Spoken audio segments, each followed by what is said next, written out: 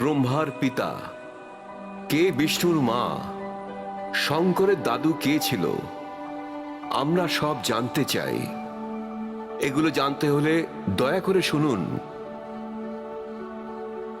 জগৎগুরু তত্ত্বদর্শী সন্ত রামপাল জি মহারাজের অমৃত বচন, সব পবিত্র ধর্মর এবং পবিত্র শাস্ত্রের নিরিখে। বলো সদ্গুরুদেব কি জয়, বন্দি ছোর কবির পরমেশ্বর জি কি জয়, बंदी छोर गरीबदास जी महाराज जी की जय, स्वामी राम देवानंद जी गुरु महाराज जी की जय।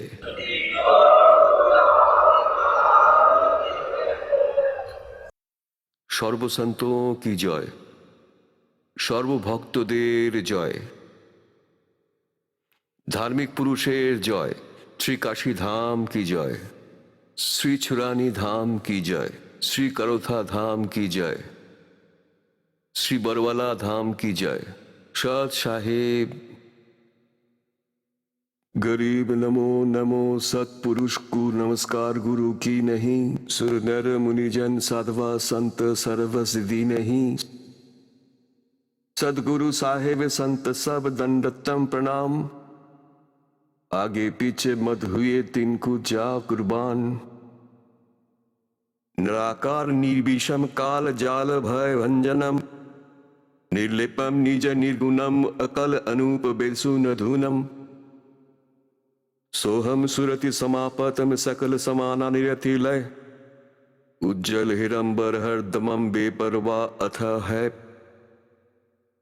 वार पार नहीं मध्यतम, गरीब जो सुमिरत सिद्ध हुई गणनायक गलताना, करो अनुग्रह सोई परस पद परवाना,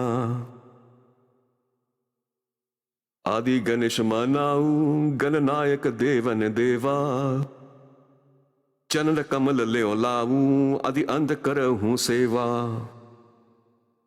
परम शक्ति संगीतम रिद्धि सिद्धि दत्त सोई, अविगत गुण अतीतम सतपुरुष निर्मोही, जगदम्बा जगदीशम मंगल रूप मुरारी, तन मन अर्पुम शीशम भक्ति मुक्ति भंडारी, सुर नर मुनि जन ध्यावे ब्रह्मा विष्णु महेशा, शेष सहस मुख गावे पूजे आदि गणेशा,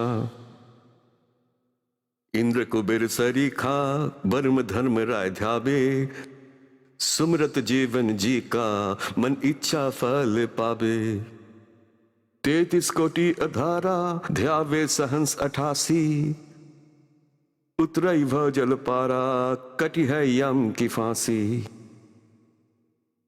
33 कटि अधारा ध्यावे सहंस 88, उतरई भ जल पारा कटि है यम की फांसी, अगर जोरू बिनती करूं धरु चरण पर शीस, गुरु जी राम देवानंद जी महाराज ने दियो नाम बख्शीश, कोटि कोटि सिजदा करूं कोटि कोटि प्रणाम, चरण कमल में राखियों में बंदी जाम गुलाम, कुत्ता हूँ गुरुदेव का रामपाल दास का नाम, गले प्रेम की जेवरी जहां खींचो वहां जाऊं मैं, तो करो तो बावरू दूर दूर करो तो जाऊं, जो राखो तो ही रहूं, जो देवो सो खाऊं। जय इब कै सतगुरु मिले, सब दुख आंखों रोए, चरणों ऊपर शीस धरूं, कहूं जो कहनी हो। कबीर साईं मिलेंगे, पूछेंगे कुशलात, आदि अंत की सब कहूं, अपने दिल की बात। गुरु जी तुम ना भूलियो, चाहे लाख लोक मिल जाए, हम जैसे तुमको बहुत है, तुमसे हमको नाही। तुमरे बिसारे क्या बने, मैं किसकी शरण में जाऊं। श्री विविधंच मुनि नारदा, तिनके हृदय न समाऊं। अवगुण किए बहुत किए,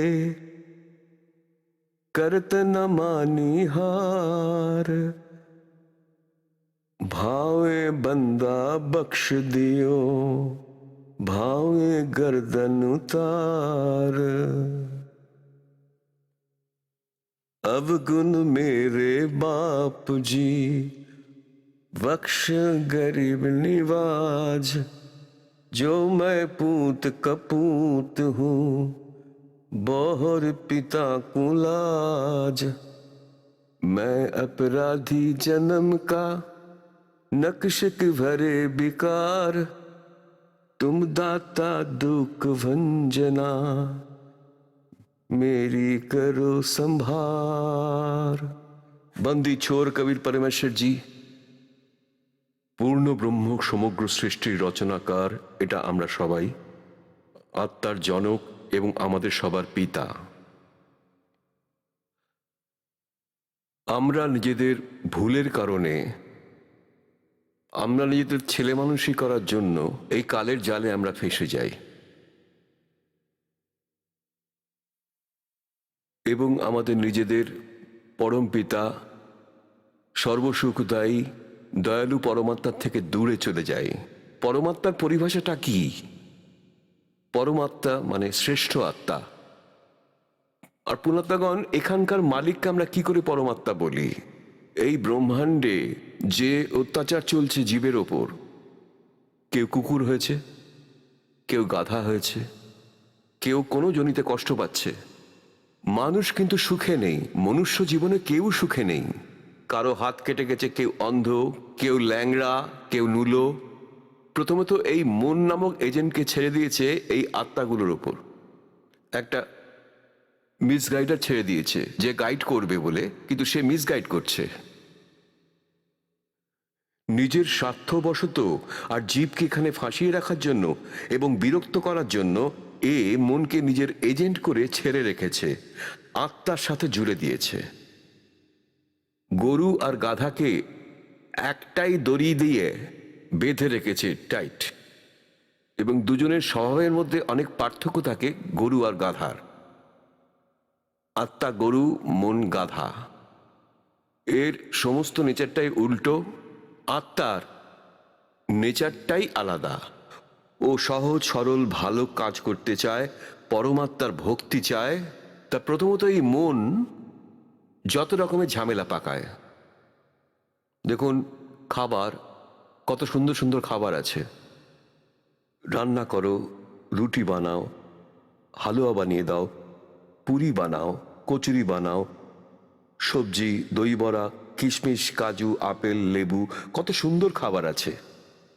কিন্তু এর তো শুধু কাজ বিগড়ানোটাই কাজ। বিড়ি বিড়ি খাওয়াবে, কত তাড়াতাড়ি শিখে নেয় একে অপরকে দেখে, সব বাড়িতে আগুন লেগে যায়। বলুন, বিড়ি খাওয়ার জিনিস? হুঁকো খাওয়ার জিনিস?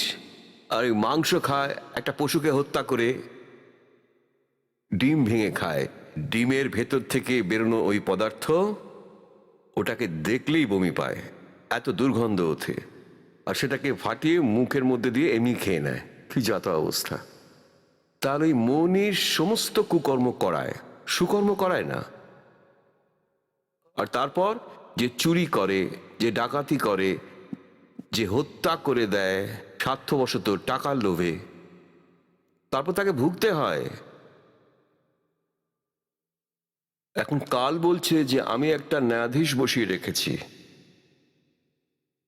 আর তাকে আদেশ দেওয়া হচ্ছে যে যেরকম কর্ম করবে তাকে সেরকম ফল দিয়ে দেওয়া হবে। এখন এই কর্ম তো আপনারাই ভুল করে ফেলেন। এখন এই শাস্তি ভোগ করা প্রাণীও নিজেই হবেন। তো যেই কারণেই এখানে কত কষ্ট আমাদের উপরে এসেছে, এটা আপনাকে আগেই বলেছিলাম যে কারোর ছেলের মৃত্যু হবে, কারোর মেয়ের মৃত্যু হবে, কেউ নিজেই অসুস্থ হয়ে পড়বেন কোনো টেনশন থেকে। এখানে কি খারাপ অবস্থা প্রাণীদের, একটা অ্যাক্সিডেন্ট বা দুর্ঘটনার জন্য পুরো গোটা পরিবারটা একেবারে ধ্বংসে পড়ে যায়, নষ্ট হয়ে যায়। কারোর ক্যান্সার, কেউ বিভিন্ন রোগে আক্রান্ত, কোনো টেনশনে ভুগছেন। এই পরিস্থিতি দেখে এখানকার ভগবানকে, এখানকার মালিককে কি আপনারা ভগবান বলতে পারবেন? এনাকে কি পরমাত্মা ডাকার যোগ্য? কখনো না। ইনি পরমাত্মা নন। পরমাত্মার অর্থ হচ্ছে যে দুঃখ দেয় না, বরং সুখ দেয়। এই জন্য শ্রীমদ্ ভগবত গীতার অধ্যায় নম্বর 15-তে শ্লোক নম্বর 16 আর 17-তে তিন প্রভুর পরিচয় দেওয়া আছে। তিন পুরুষ, খর পুরুষ আর অক্ষর পুরুষ তো নশ্বর, এদের অন্তর্গত যত প্রাণী আছে তারাও দুঃখী। জন্ম মৃত্যু যেখানে আছে সেখানে দুঃখই দুঃখ। তাই 15-17 নম্বর শ্লোকে বলেছেন যে উত্তম পুরুষ এত অন্য, দয়ালু ভগবান, উনি শ্রেষ্ঠ প্রভু। উত্তম পুরুষ, উত্তম মানে ভালো, ভালো ভগবান। এর থেকে বোঝা যাচ্ছে ওপরে প্রভুর আর ভালো না, এই জন্য কে পুরুষোত্তম বলা হয়, উত্তম পুরুষ বলেছে। আর তারপর বলেছেন যে একে পরমাত্মা বলা হয়, একেই পরমাত্মা বলা হয়। উত্তম পুরুষ হেতু অন্য পরমাত্মা ইতি উদারতে, একেই পরমাত্মা বলা হয়। এ লোক ত্রয়া আবেশ আবিবর্তি আবেশ্বরিয়া, এই তিনটে লোকে প্রবেশ করে সবার ধারণ পোষণ করেন, এই হলো বাস্তবে অবিনাশী পরমাত্মা, পরমেশ্বর। এবার 15 নম্বর অধ্যায় 16 নম্বর শ্লোকে অক্ষর পুরুষ লেখা আছে। অক্ষর পুরুষ, অক্ষর মানে খর মানে নশ্বর, খর পুরুষ তো এই ব্রহ্ম 21 ব্রহ্মাণ্ডের স্বামী, যাকে জ্যোত নিরঞ্জন কাল বলা হয়। আর অক্ষর পুরুষের অর্থ অবিনাশী প্রভু। অক্ষরের অর্থ অবিনাশী, কিন্তু একে আবার নশ্বরও বলা হয়েছে। এ এবং এর অন্তর্গত যত প্রাণী আছে সবাই নশ্বর। এবার যেমন আবার বলেছে 15 নম্বর অধ্যায় 17 নম্বর শ্লোকে গীতাতে যে উত্তম পুরুষে তো অন্যে পরমাত্মা ইতি উদারতে, ইয়ে লোক ত্রয়ম আবিশ্য আবিবর্তি আবেশ্বরিয়া। আবে মানে অবিনাশী, যার বিনাশ নেই। বাস্তবে ওই তৃতীয় নম্বরে যে পরম অক্ষর ব্রহ্ম আছে, পরম অক্ষর পুরুষ আছে, উনি অবিনাশী। অক্ষর পুরুষ অবিনাশী বলেছেন, কিন্তু এখানে ডিফাইন করেছেন গীতা জ্ঞানদাতা, কারণ গড গিভেন স্পিরিচুয়াল নলেজ যেটা এই ব্রহ্মকে দিয়েছিলেন পরমাত্মা বেদেতে, আর ওই বেদের জ্ঞান ওই কাল এই ব্রহ্ম নিজেকে বলতে হয়েছে ওই মালিকের আদেশে। তো এখানে উনি বলছেন আবে ঈশ্বরিয়া, আবে মানে অবিনাশী। এখন অক্ষরের অর্থ অবিনাশী, কিন্তু এখানে কি করে অবিনাশী অক্ষর পুরুষ বলেছেন সেটা এখানে একটু বিস্তারিত বিবরণ দেওয়া দরকার। যেমন খরপুরুষ মানে ব্রহ্ম, খর ব্রহ্ম, এর আয়ু কতটা আছে? এখন এক ব্রহ্মাদেবের আয়ু সবার প্রথমে ক্যালকুলেট করি। 4 যুগের এক চতুর্যোগ হয়, সত্য, ত্রেতা, দাপর আর কলিযুগ। এর সমস্ত যোগ সমস্ত বর্ষের 43,20,000 বর্ষ হয়। একে একটা চতুর্যুগী বলা হয়, চতুর্যুগ বলা হয়। এরকম ভাবেই 1000 চতুর্যুগে ব্রহ্মাদেবের দিন ততটাই রাত্রিও হয়। আর এরকম ভাবেই 30 দিন রাত্রি মানে 1 মাস, আর 12 মাসে 1 বর্ষ। ও হো হো হো। আর 100 বছরে ব্রহ্মাদেবের আয়ু এরকমই 100 বছর। এখন ব্রহ্মাদেবের থেকে 7 গুণ বিষ্ণুদেবের মানে 700 বছর এভাবেই তৈরি হয়, এবং বিষ্ণুর থেকে 7 গুণ শিবের আয়ু অধিক, 4900 বছর। 4900 বছর এইভাবেই তৈরি হয়। আর এরপরে তিনজনেরই মৃত্যু ঘটে। আর যেমন ব্রহ্মাদেবের মৃত্যুর আগেই এই খরপুরুষ মানে কাল নিজের স্ত্রী দুর্গার সাথে সঙ্গম করে এক পুত্র উৎপন্ন করে, ওই সময় তাকে কোমায় রাখে। বর্তমান ব্রহ্মার মৃত্যু হলেই ওকে সেভাবেই রেখে দেবে পদ্মফুলের ওপর।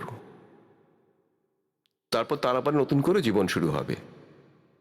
তখন এইভাবেই যখন 70,000 বার এই শিব মরে যাবে, যার আয়ু ব্রহ্মার থেকে 49 গুণ বেশি, 7 গুণ তো বিষ্ণুদেবের হলো ব্রহ্মার থেকে, বিষ্ণুজির থেকে বেশি হবে শিবজির 7 গুণ বেশি, মানে 49 গুণ বেশি আয়ু হবে ব্রহ্মার থেকে শিবের, তমগুণ শিবের, কালের পুত্র, এই তিনটি ব্রহ্মের পুত্র। তো 70,000 বার শিব ঠাকুরের যখন মৃত্যু হয়ে যাবে, তবে একটা ব্রহ্মাণ্ডের বিনাশ হয়ে যাবে। আর ব্রহ্মলোকে যে কাল থাকে, ব্রহ্ম থাকে, এরও মৃত্যু হবে এবং দুর্গারও মৃত্যু হবে। সেই যুগই হবে এক ব্রহ্মাণ্ডের বিনাশ হয়, 70,000 ত্রিলোকের শিবের মৃত্যু হবে। তবে এই এই এই একটা যুগ হবে কার? অক্ষর পুরুষের।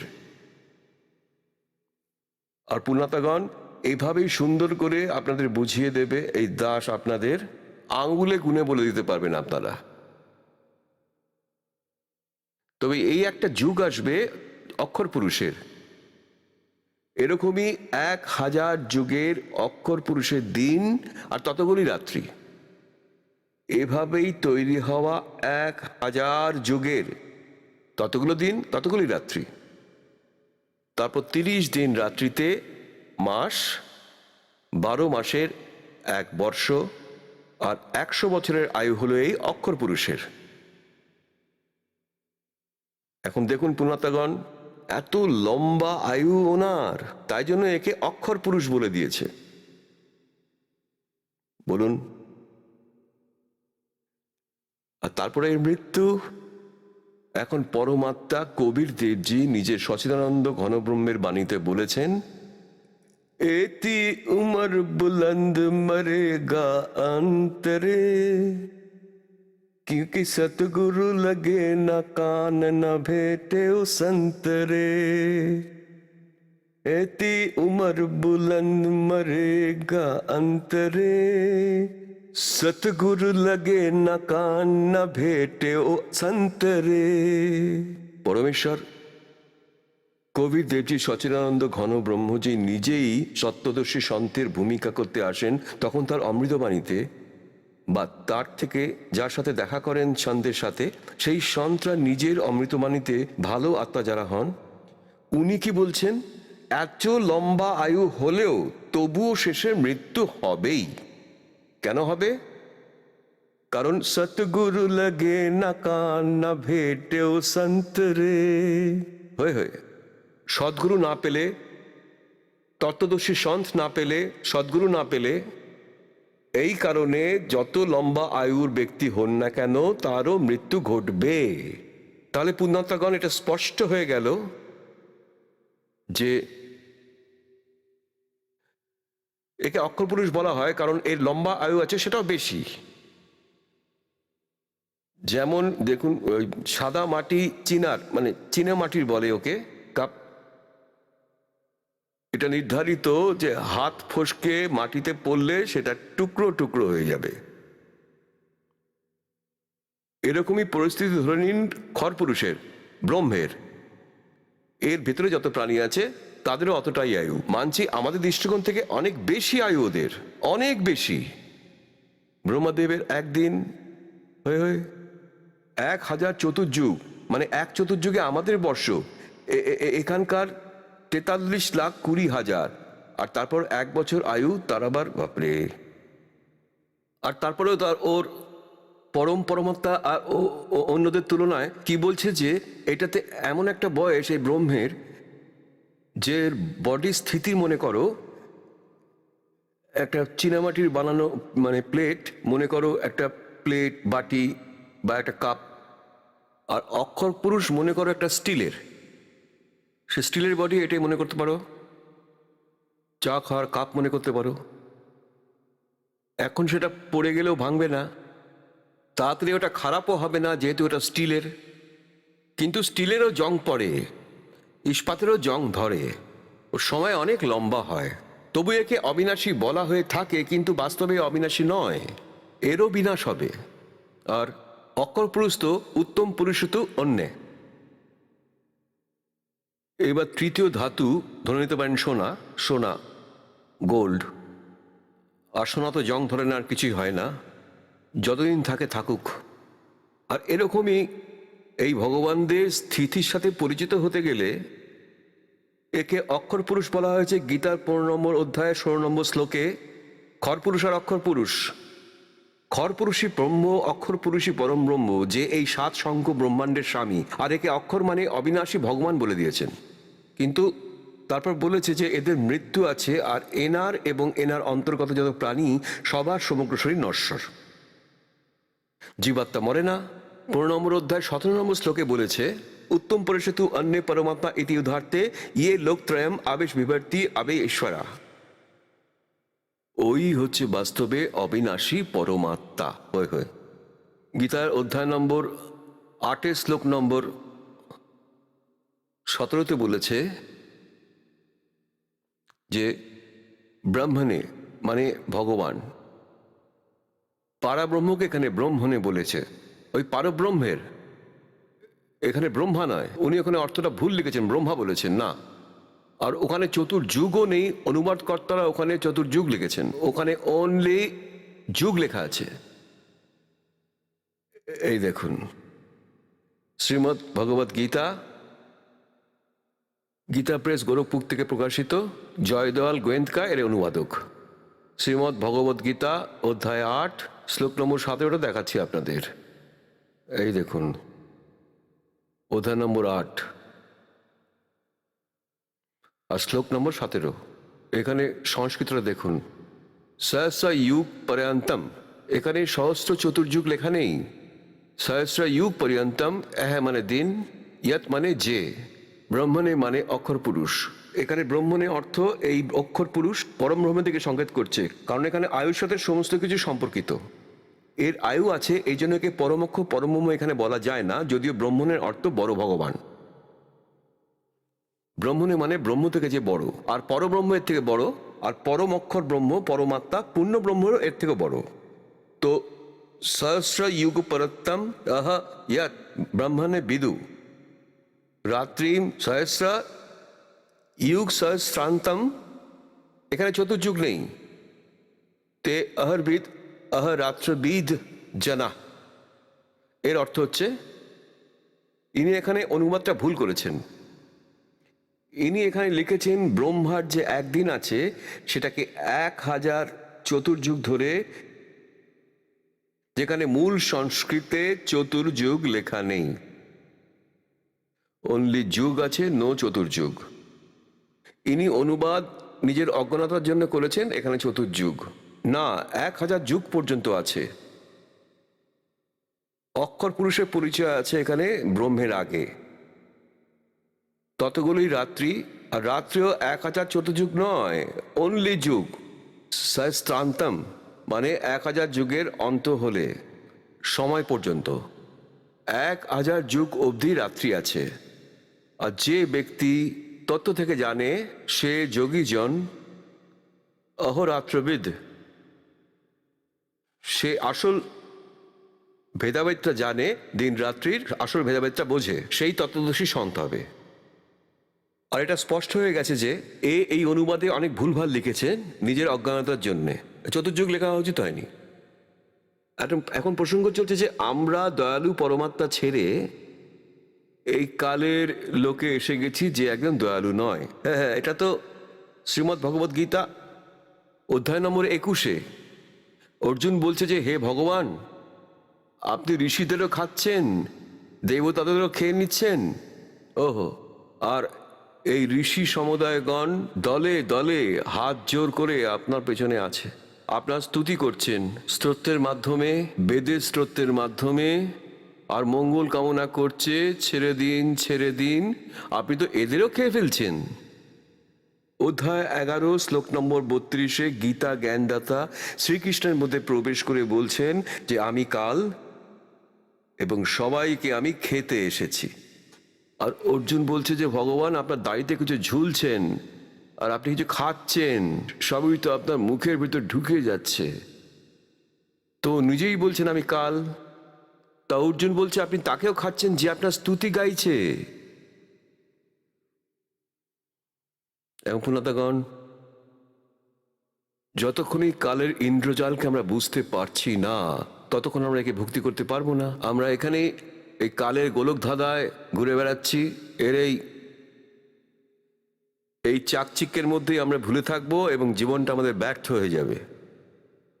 পরমাত্মার জ্ঞানকে বুঝে তারপর পরমেশ্বর কবির দেবজির স্মরণে থেকে, মর্যাদায় থেকে আপনি আপনার সঠিক ভক্তি করতে থাকবেন।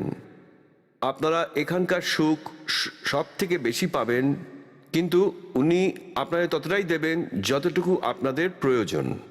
তো এভাবে আপনারা ভক্তিটা করবেন সৎপুরুষের, ভগবানের। এটা বলার মানে হচ্ছে উনি দয়ালু ভগবান আর এটা কাল ভগবান যেখানে আমরা আছি। আর স্বয়ং উনিই বলেন যে উনি সবাইকে খেতে এসেছেন, উনি কাল, আমি প্রকট হয়েছি। তো আমি তো কোনো রকম দিশা পাচ্ছি না যে কিভাবে বলবো এই ভগবানকে, কিভাবে দয়ালু বলতে পারি এই মালিককে। আমরা যে প্রকারই বলি না কেন এই ভগবান দয়ালু, আর সত্যি দয়া দেখাতে পারেন একমাত্র ওই পরমেশ্বর পূর্ণ ব্রহ্মই এখানে আসেন, আমাদের বিধি বলে দেন, আর সেই অনুসারে আমরা আমাদের ক্রিয়া করি, আর কালের যে নিয়ম আছে সেটাও স্থির হয়ে যায়। কালের নিয়ম হচ্ছে যার যতটা আয়ু নির্ধারিত আছে ওর মৃত্যু ওই ঠিক সময় হবে। আর কারো যদি বিপত্তি লেখা থাকে, ভাগ্যে যেটা লেখা আছে সেটা অবশ্যই হবেই হবে। আর পূর্ণ পরমাত্মার সৎ কবির দেবজির স্মরণে এই দাসের মাধ্যমে এই যথার্থ মন্ত্রের জপ করে মর্যাদার সঙ্গে থাকলে আপনাদের ভাগ্যে যে বিপত্তি লেখা আছে সেটা ঘটবে না। আর আপনার ভাগ্যে যদি মৃত্যু লেখা থাকে তাহলে সে মৃত্যুও হবে না।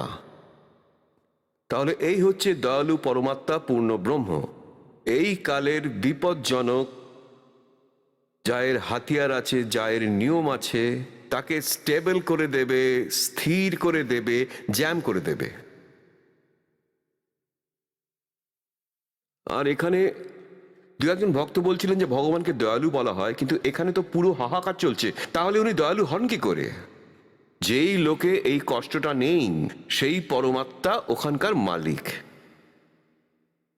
আর ওখানে গেলে আপনাদের কোনো রকম কষ্ট হবে না। যারা মরণ মক্ষায় মম আশ্রিতে অতন্তিয়ে ভ্রম তৎবিধু অখিল অধ্যাত্ম চ কৃষ্ণম। সর্বকর্মকে, সব কর্মকে, সব অধ্যাত্মকে যারা জানে আর তৎ ব্রহ্মকে যারা জেনে গেছে, সে যারা মরণ মোক্ষা ইয়াতন্তি, সে জরা আর মৃত্যুর থেকে উদ্ধার পাওয়ার জন্য চেষ্টা করে চলেছে। আমার এই জ্ঞানকে আশ্রয় করে যে তত্ত্বদর্শী সন্তকে খোঁজ করো, তত্ত্বদর্শী সন্ত আপনাকে বলবেন যে জ্ঞান আমি দাস দিলাম। ওই পরমাত্মাকে, তত্ত্ব ব্রহ্মকে, পরম অক্ষর ব্রহ্মের মহিমাকে জেনে তারপর কেবল জরা আর মরণ থেকে মুক্তি পাবার চেষ্টা করবে। এখন এখানে জরা মানে বার্ধক্য। আজ যে যুবক আছে আর যে আজ বৃদ্ধ আছেন, আর এই যুবকরা একদমই বুঝতে চায় না যে এই বৃদ্ধরা কোনো একদিনই যুবকই ছিল, আর আজ এনারা ভালো করে উঠে বসতেও পারেন না। কখনো কোনো অসুখ, কখনো চোখের সমস্যা, কখনো দাঁতে ব্যথা, কখনো মাথায় ব্যথা, কখনো পেট ব্যথা, কখনো কোমর ব্যথা, কখনো বুকে ব্যথা, সর্দি, পিত্ত বৃদ্ধি, শত শত সমস্যা। তো পরমাত্মা বলছেন যে এখানে সব থেকে বেশি সমস্যা বৃদ্ধদেরই হয়। আর দ্বিতীয় কষ্ট মৃত্যু। আর দুটোই কারোরই পছন্দ না, এই দুটোকে কেউই চায় না, কিন্তু দুটোই কম্পালসারি। মৃত্যু তো কম্পালসারি বটেই, যে বার্ধক্যর আগেই মৃত্যু হলে সেটা আরো বেশি দুঃখের। ছোট ছোট ছেলেমেয়েরা থেকে যায়। তাই এখানে কষ্টই কষ্ট। আর এখান থেকে ওই সৎলোকে গেলে না থাকে কষ্ট, না থাকে বার্ধক্য, না মৃত্যু। দুটো কষ্টই মিটে গেল। না আছে কোনো কষ্ট, না আছে কোনো কাজ। কেউই চায় না যে আমি কাজ করি। যদি বিনা কাজে কেউ কিছু পেয়ে যায়, তাহলে দরকার কি খেটে মরার? এখন আমরা বাচ্চাদের পড়াই, এই জন্য পড়াই, বাচ্চারা এই জন্যই পড়াশোনা করে যে পড়াশোনা করে তারা অফিসার হয়ে যাবে বা অধিকারী কর্মচারী হয়ে যাবে, তারা কোনো কঠিন কাজ করতে হবে না তাদের। সবাই তাই চায়। জল গড়িয়ে যেন খেতে না হয়, তার জন্য যেন চাকর থাকে। তা বলার অর্থ হলো যে এই ব্যবস্থাটা নকল, আর আসল ব্যবস্থাটা সৎলোকে আছে। কোনো কাজ নেই, কোনো জিনিসের অভাব নেই। সব গাছপালা সদা বসন্ত, কাজু কিশমিশ আপেল লেবু ফল সদা বসন্ত ওখানে বাগান হয়ে আছে। ওখানকার জল আর দুধ কখনো শেষ হয় না, খারাপ হয় না। সমুদ্রতে সমুদ্রতে ভরে আছে, যেরকম গঙ্গার জল সৎলোক থেকে এসেছে। এটা একটা এক্সাম্পল আছে। এটা কখনো খারাপ হয়ে যায় না, আপনি যত বছর ধরে রাখতে পারেন। আর আমরা এই পরমাত্মার বাণী, কবির বাণী, যে কবির সাহেবজির যে বাণী গরিবদাস সাহেবজিকে দিয়েছেন, ওই জ্ঞান, ওই অমর বাণী থেকে আমি পাঠ করি। আরও এখানে সিম্পল জল রাখা হয়, সাধারণ এখানকার আমরা যেটা ডেলি খাই সেই জলকে রেখে দিই। পরমাত্মার এই বাণীর মন্ত্র চলে, সৎসঙ্গের কথা হয়, ওর ওপরে সব মন্ত্রিত হয়ে থাকে। ওই জল আপনি রেখে দিন, একদিকে রেখে দিন গঙ্গার জল, অন্যদিকে রেখে দিন ওই অমৃত জল। পরমাত্মার বাণীতে সিম্পল জলও সেই রকম হয়ে যায়। আমাকে একজন মা এনে দিয়েছিলেন, আমি যখন বাড়ি বাড়ি গিয়ে পাঠ করতাম। এত বড় বোতল 2 লিটারের আমার কাছে রাখা আছে। 1997 সালে আমি ওটা পাঠ করেছিলাম, 14 বছর হয়ে গেল। আর এখনো ওটা যেমন ছিল তেমনই রয়ে গেছে। তাই সৎলোকে পরমাত্মার যে স্থিতি আছে, উপস্থিতি আছে, তার অমৃত বাণীতে এই নোংরা লোকেও সাধারণ জল অমৃত হয়ে যায়। সেই জলই অমৃত জল, যেটা গঙ্গা হয়ে বয়ে আসছে। তা প্রসঙ্গ চলেছে আমরা, ইনি দয়ালু পরমাত্মা না, দয়ালু পরমাত্মা সৎলোকেই থাকেন।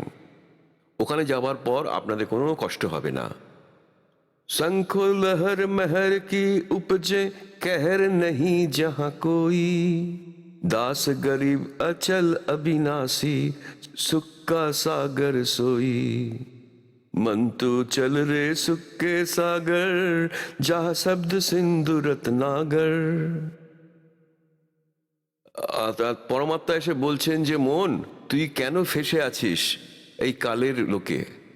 মনের মাধ্যমে আত্মাকে সচেতন করছেন প্রভু, যে সুখ সাগরে চল। যেমন গীতার অধ্যায় নম্বর 18 শ্লোক নম্বর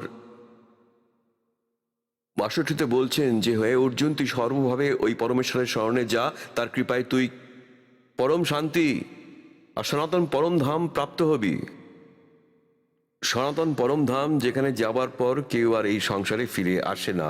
মানে ওখানে স্থায়ী সুখ, পরম শান্তি আছে, স্থায়ী সুখ আছে, দুঃখ নেই। নিজের বিষয়ে বলেছেন যে তোকে আমার স্মরণে থাকলে তোকে যুদ্ধ করতে হবে। গীতা জ্ঞানদাতা বলেছেন 8ম অধ্যায় 7ম শ্লোকে। অর্থাৎ এখানে শান্তির নামে কোনো জিনিস নেই।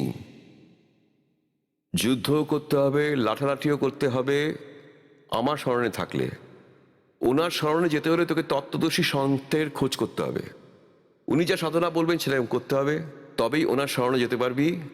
ওনার স্মরণ নিলে তুই কখনো আর এই সংসারে ফিরে আসবি না, আর সনাতন পরম ধাম সর্বদা শান্তি পাবি, সুখ সাগর প্রাপ্ত হবি।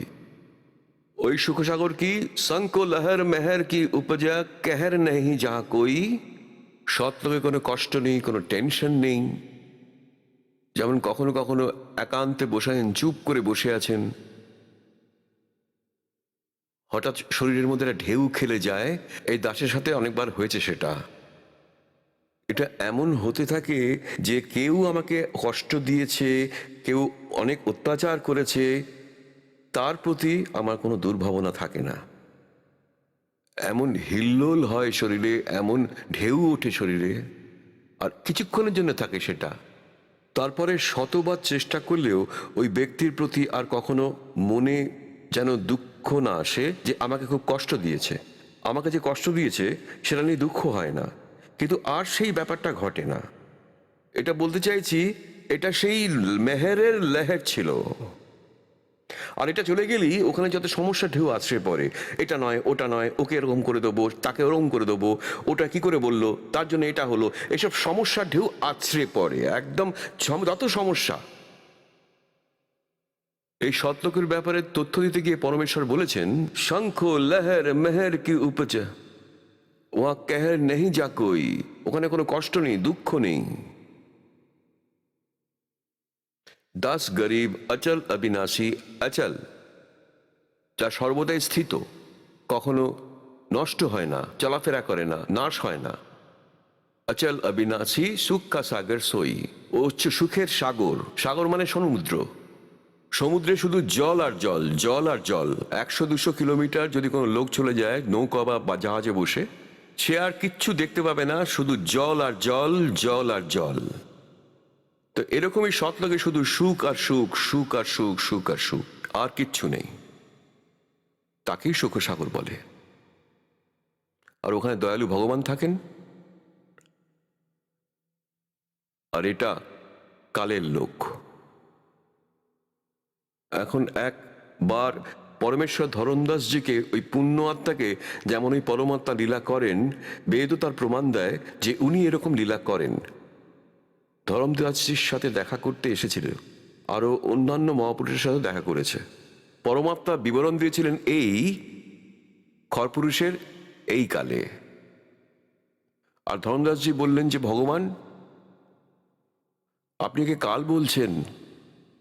দেখো এখানে ভগবান কতটা সুবিধা করে রেখেছেন, কি সুন্দর বাগান আছে এখানে, কি সুন্দর গাছপালা আছে এখানে, হ্যাঁ, কি সুন্দর জমির পৃথিবী দিয়েছেন এখানে, হাওয়া সুন্দর চলছে, কি সুন্দর বৃষ্টি হচ্ছে এখানে, হ্যাঁ, কি সুন্দর কত শস্য ফলেছে এখানে, আর কতটা কতটা সুবিধা দিয়ে রেখেছেন।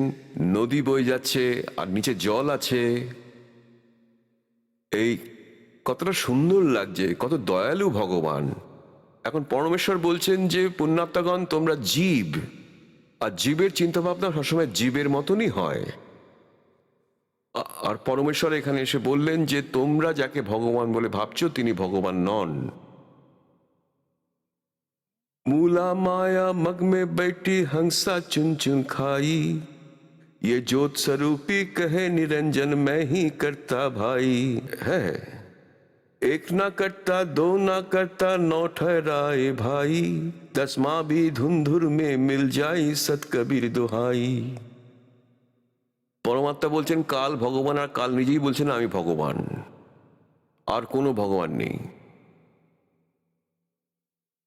এবং পুণ্যাত্মাগণ, শ্রী শ্রী পুরাণে এই কাল যখন ব্রহ্মা বিষ্ণু দুজনের মধ্যে ঝগড়া লেগে যাচ্ছে, তখন শিব রূপ ধারণ করে ওনাদের মধ্যে একটা প্রথমত লিঙ্গ দাঁড় করিয়ে দেন, স্তম্ভ, লম্বা তেজস্বী স্তম্ভ।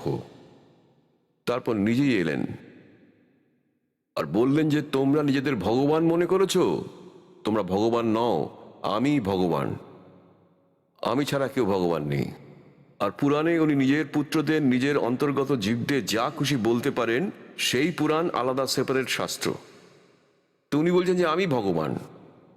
এখন ইনি বলছেন গীতাতে যে গীতার জ্ঞান বেদের মতোই, বেদের জ্ঞান দিয়েছিলেন পরমেশ্বর কবির দেবজি, ব্রহ্মের অন্তর্করণে ফিট করে রেখেছেন, ওনাকে যেমনটা তেমনই বলতে হয়েছিল। তা পরমাত্মা বলছেন যে জ্যোৎ স্বরূপী, আর ব্রহ্ম বলছে আমিও ভগবান, ও ভগবান না। ভগবানের পরিভাষা এখন আপনাদের বলছি, শুনুন শুনুন। এখন যেমন পরমাত্মা বলছিলেন যে ধর্মদাস, তুমি একে ভগবান ভাবো, যেসব সুবিধা দিয়ে রেখেছে সে তো কাল, এ তো কসাই। যেমন কসাই ছাগল লালন পালন করে, ওই দলের মধ্যে পুরুষ ছাগল আর মেয়ে ছাগল একসাথে ছেড়ে দেয়, আর যেটা ভালো সেল হয় প্রতিদিন 4-5টা ছাগলের, আর সেই টাকা দিয়ে একটা বিশাল এলাকা কিনে নেয়, একটা বড় এলাকা, 10, 20, 20, 50 একর জমি কিনে নেয়, আর সেখানে ঘাস জঙ্গল সব গাছপালা থাকে সব, আর তার চারদিকে ও একটা বেড়া দিয়ে দেয়, ওদের আটকে রাখে, আর ওর মধ্যে সবাইকে ছেড়ে দেয়, আর ওরই মধ্যে একটা ছোট্ট পুকুর বানিয়ে দেয়, আর ওই জায়গাতেই গরম আর ঠান্ডা থেকে বাঁচার জন্য একটা ঝুপড়ি, একটা ঢাকা, একটা শেড বানিয়ে দেয়।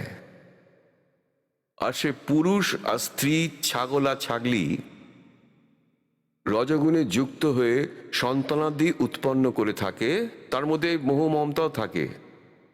প্রত্যেক প্রাণীর মধ্যে এই 3টে গুণের প্রভাব থাকতেই হবে। এখনো সন্তানের জন্ম দেয় ওরা, সব রকম সুবিধে, জল আছে ওখানে, ঠান্ডা গরম থেকে বাঁচার জন্য ওপরে শেড আছে, বর্ষার সময় ওর ভিতরে আশ্রয় নেয়, আর খুব গরম পড়লে ও শেডের তলায় আশ্রয় নেয়। এখন ওই নিরীহ প্রাণীরা ওই কসাইকে যে এত সুবিধে দিয়ে রেখেছে, ওকে তারা নিজের ভালো মালিক বলে মেনে নেয়, আর নিজেরা বলা বলি করে যে দেখ আমাদের মালিক কত ভালো, আমাদের কতটা টেক কেয়ার করছে, উনি কত দেখাশোনা করছে আমাদের। জলের পুকুর আছে, প্রচুর গাছ চারা আছে যেটা আমরা খেতে পারি, ঘাসও আছে অনেক, আর শেড বানিয়ে রেখেছে। আর যখন এই কসাই আসে, ওই ছাগলরা, আর ও এসে দেখে যে জড়ি ধরে কতটা মাংস বাড়লো, কতটা কিলোগ্রাম মাংস হলো, কতটা দাম পাওয়া যাবে, এইসব। আর ছাগলরা হবে আমাদের দয়ালু মালিক এসে গেছে, ওরা আস্তে করে তাদের পা চেটে দেয়, আর এমনি করে সামনের পা দুটো তুলে মালিককে ভালোবাসা দিতে চায়, ভালোবাসা দেয়, ভাবে এত ভালো মানুষ ইনি, এত সুবিধা দিচ্ছে আমাদের। আর কসাই হাত ফাত টিপে দেখে কতটা মাংস হলো, কত টাকায় বিক্রি হবে। আর তাছাড়া ওকে দেখে তো মনে হয় ও খুব দয়ালু, কত রকম সুবিধা দিয়ে রেখেছে। আর যখনই ওর এসে যায় ডিমান্ড 5-6টা ছাগল একসাথে, তো ও তো দেখে না যে কে কার মা, কে কার বাবা, কে কার ছেলে, কে কার মেয়ে।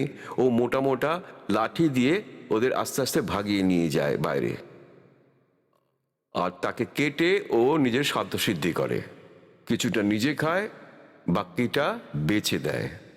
যখন ও ছাগল আর ছাগলদের নিয়ে যায় বের করে, ওর যে প্রতিবেশী ছাগল ছাগলের থাকে, ও কান্নাকাটি করে ঘুরে বেড়ায় আর দেখতে থাকে যে ওরা গেল কোথায়। খুব মন খারাপ হয় ওদের, খোঁজাখুঁজি করে আর ও নিয়ে চলে যায়। এখন পরমাত্মা কালের পরিভাষা বলেন যে এই হচ্ছে কাল, আর তুমি একে দয়ালু বলছো। কোনো দুর্ঘটনায় একজনের ছেলে, একজনের মেয়ে নিজেও মরে যায়, পুরো পরিবারটা ধ্বংস হয়ে যায়। এক সময়ের একটা দুর্ঘটনায় 4 জন মারা যায় একটি সংসারের। এখন কোথায় গেল ওই দয়ালু? কোথায় গেল যে সুযোগ সুবিধা? কি হবে এসব দিয়ে, এসব গাছপালা দিয়ে? এখন পরমাত্মা আমাদের মনে করে দিচ্ছেন যে তোমরা সবাই চলো, ওই সৎ লোকে চলো। আর ওখানে যাওয়ার পর এরকমই সৃষ্টি আছে, এই ভুল বোঝানো পন্থ, এই রাধা স্বামী, ধন ধন সদ্গুরু, ওই সচ্চা সদা সিরসা, জঙ্গল বালি, গাঙ্গুয়াওয়ারা, আর ওই ঠাকুরজি মহারাজ, এই জয় গুরুদেব, এরা সবাই ভুল বোঝায়। এগুলো কালের চালানো পন্থা। আর এরা বলে যে সৎলোকে প্রকাশই প্রকাশ, চেতনই চেতন, ওখানে ভগবান নেই, ওখানে আত্মা এমনি মিলিত হয় পরমাত্মার সঙ্গে, যেমন বিন্দু সমুদ্রে। বলুন এদের বুদ্ধি। আমরা খুঁজি ভগবানকে, সব প্রমাণ বলছে পরমাত্মা সাকার, ওর সুন্দর শরীর আছে, এক লোমকূপে কোটি সূর্য কোটি চন্দ্রমা মিলিত হয়, এরকমই ওর প্রকাশ। আর এরা বলছে ওখানে কিছুই নেই। তো যেখানে ভগবান নেই, তো ওখানে ঘোড়ার ডিমের কি আছে যে আমরা যাব? আমরা গিয়ে গর্ত করবো ওখানে? এমনিতে আমরা অনাথ, ওখানে অনাথ থাকবো, কোনো কন্ট্রোলার নেই আমাদের, যার জন্য আমরা প্রতীক্ষায় আছি, যার দর্শন করলে ভগবানের দর্শন হয়ে যায়। তো পুণ্যার্তগণ, এরা ওখানে নিরাকার বলছে, তা কে যাবে ওখানে? স্বপ্নেও কেউ ওখানে যাওয়ার কথা ভাববে না। আর এদিকে সব মেডিটেশন করছে সকাল থেকে আড়াই আড়াই ঘন্টা করে। আর যেখানে ভগবান নেই আর ডুবে মরার মতো একটা ব্যাপার, তাহলে কেন বসে থাকবো আমরা আড়াই ঘন্টা ধরে, সময় নষ্ট করবো আমরা? এরকম খারাপ জায়গায় যেতে চান যেখানে লোক ডুবে মরে যায়? আর সমুদ্রের মধ্যে ডুবে কেউ যদি বলে যে আমি সমুদ্রে ডুবে মরুন, জলের তলায় চলে যান, কেউ যাবে কি? ফালতু কথা, কোনো জ্ঞান নেই, কোনো বিচার নেই, কোনো বুদ্ধিটাও কাজে লাগায় না নিজেরা। তো ওখানে এরকমই সৃষ্টি আছে, কিন্তু এই মেটেরিয়ালের পার্থক্য আছে। এটা তো মাটি দিয়ে তৈরি, আর পঞ্চভূতে লীন হয়ে যাবে যখন শেষ হয়ে যাবে। শেষ হয়ে গেলে কবর দাও বা চিতায় পোড়াও, একদিনে শেষ, বিলীন, পঞ্চভূতে বিলীন হয়ে যাবে। এখন এই পঞ্চতত্ত্ব দিয়ে তৈরি, এর মধ্যে কোন কোন তত্ত্ব আছে? পৃথিবী, জল, অগ্নি, বায়ু আর আকাশ। কোনটা কি দেখা যাচ্ছে এখানে? কি সুন্দর স্বরূপ তৈরি হয়েছে। সেরকমই ওখানে এক তত্ত্ব দিয়ে তৈরি হওয়া শরীর আছে, প্রকাশ দিয়ে। আর এতটা সুন্দর শরীর, 16টা সূর্যের মতন প্রকাশ আমাদের শরীরে হবে যখন ওখানে পৌঁছাবো।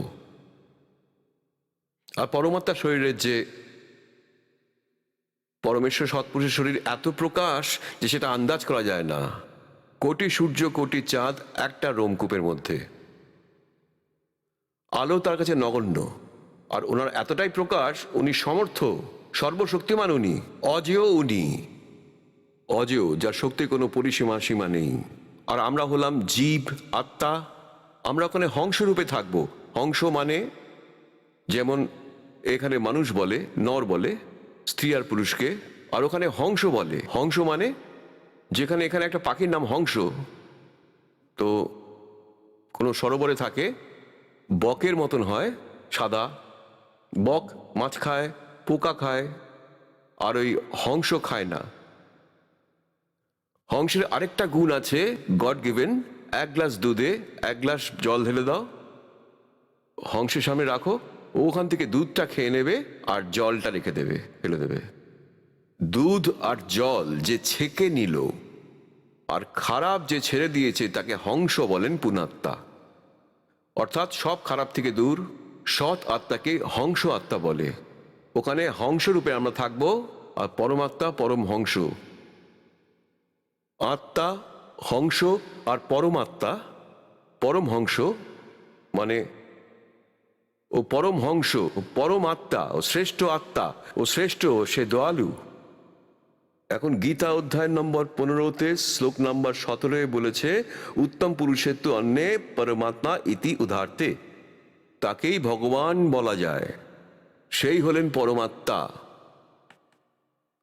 পুণ্যার্তগণ, এটা অমৃত জ্ঞান, এটা তত্ত্বজ্ঞান, এটা সত্যনারায়ণ কথা।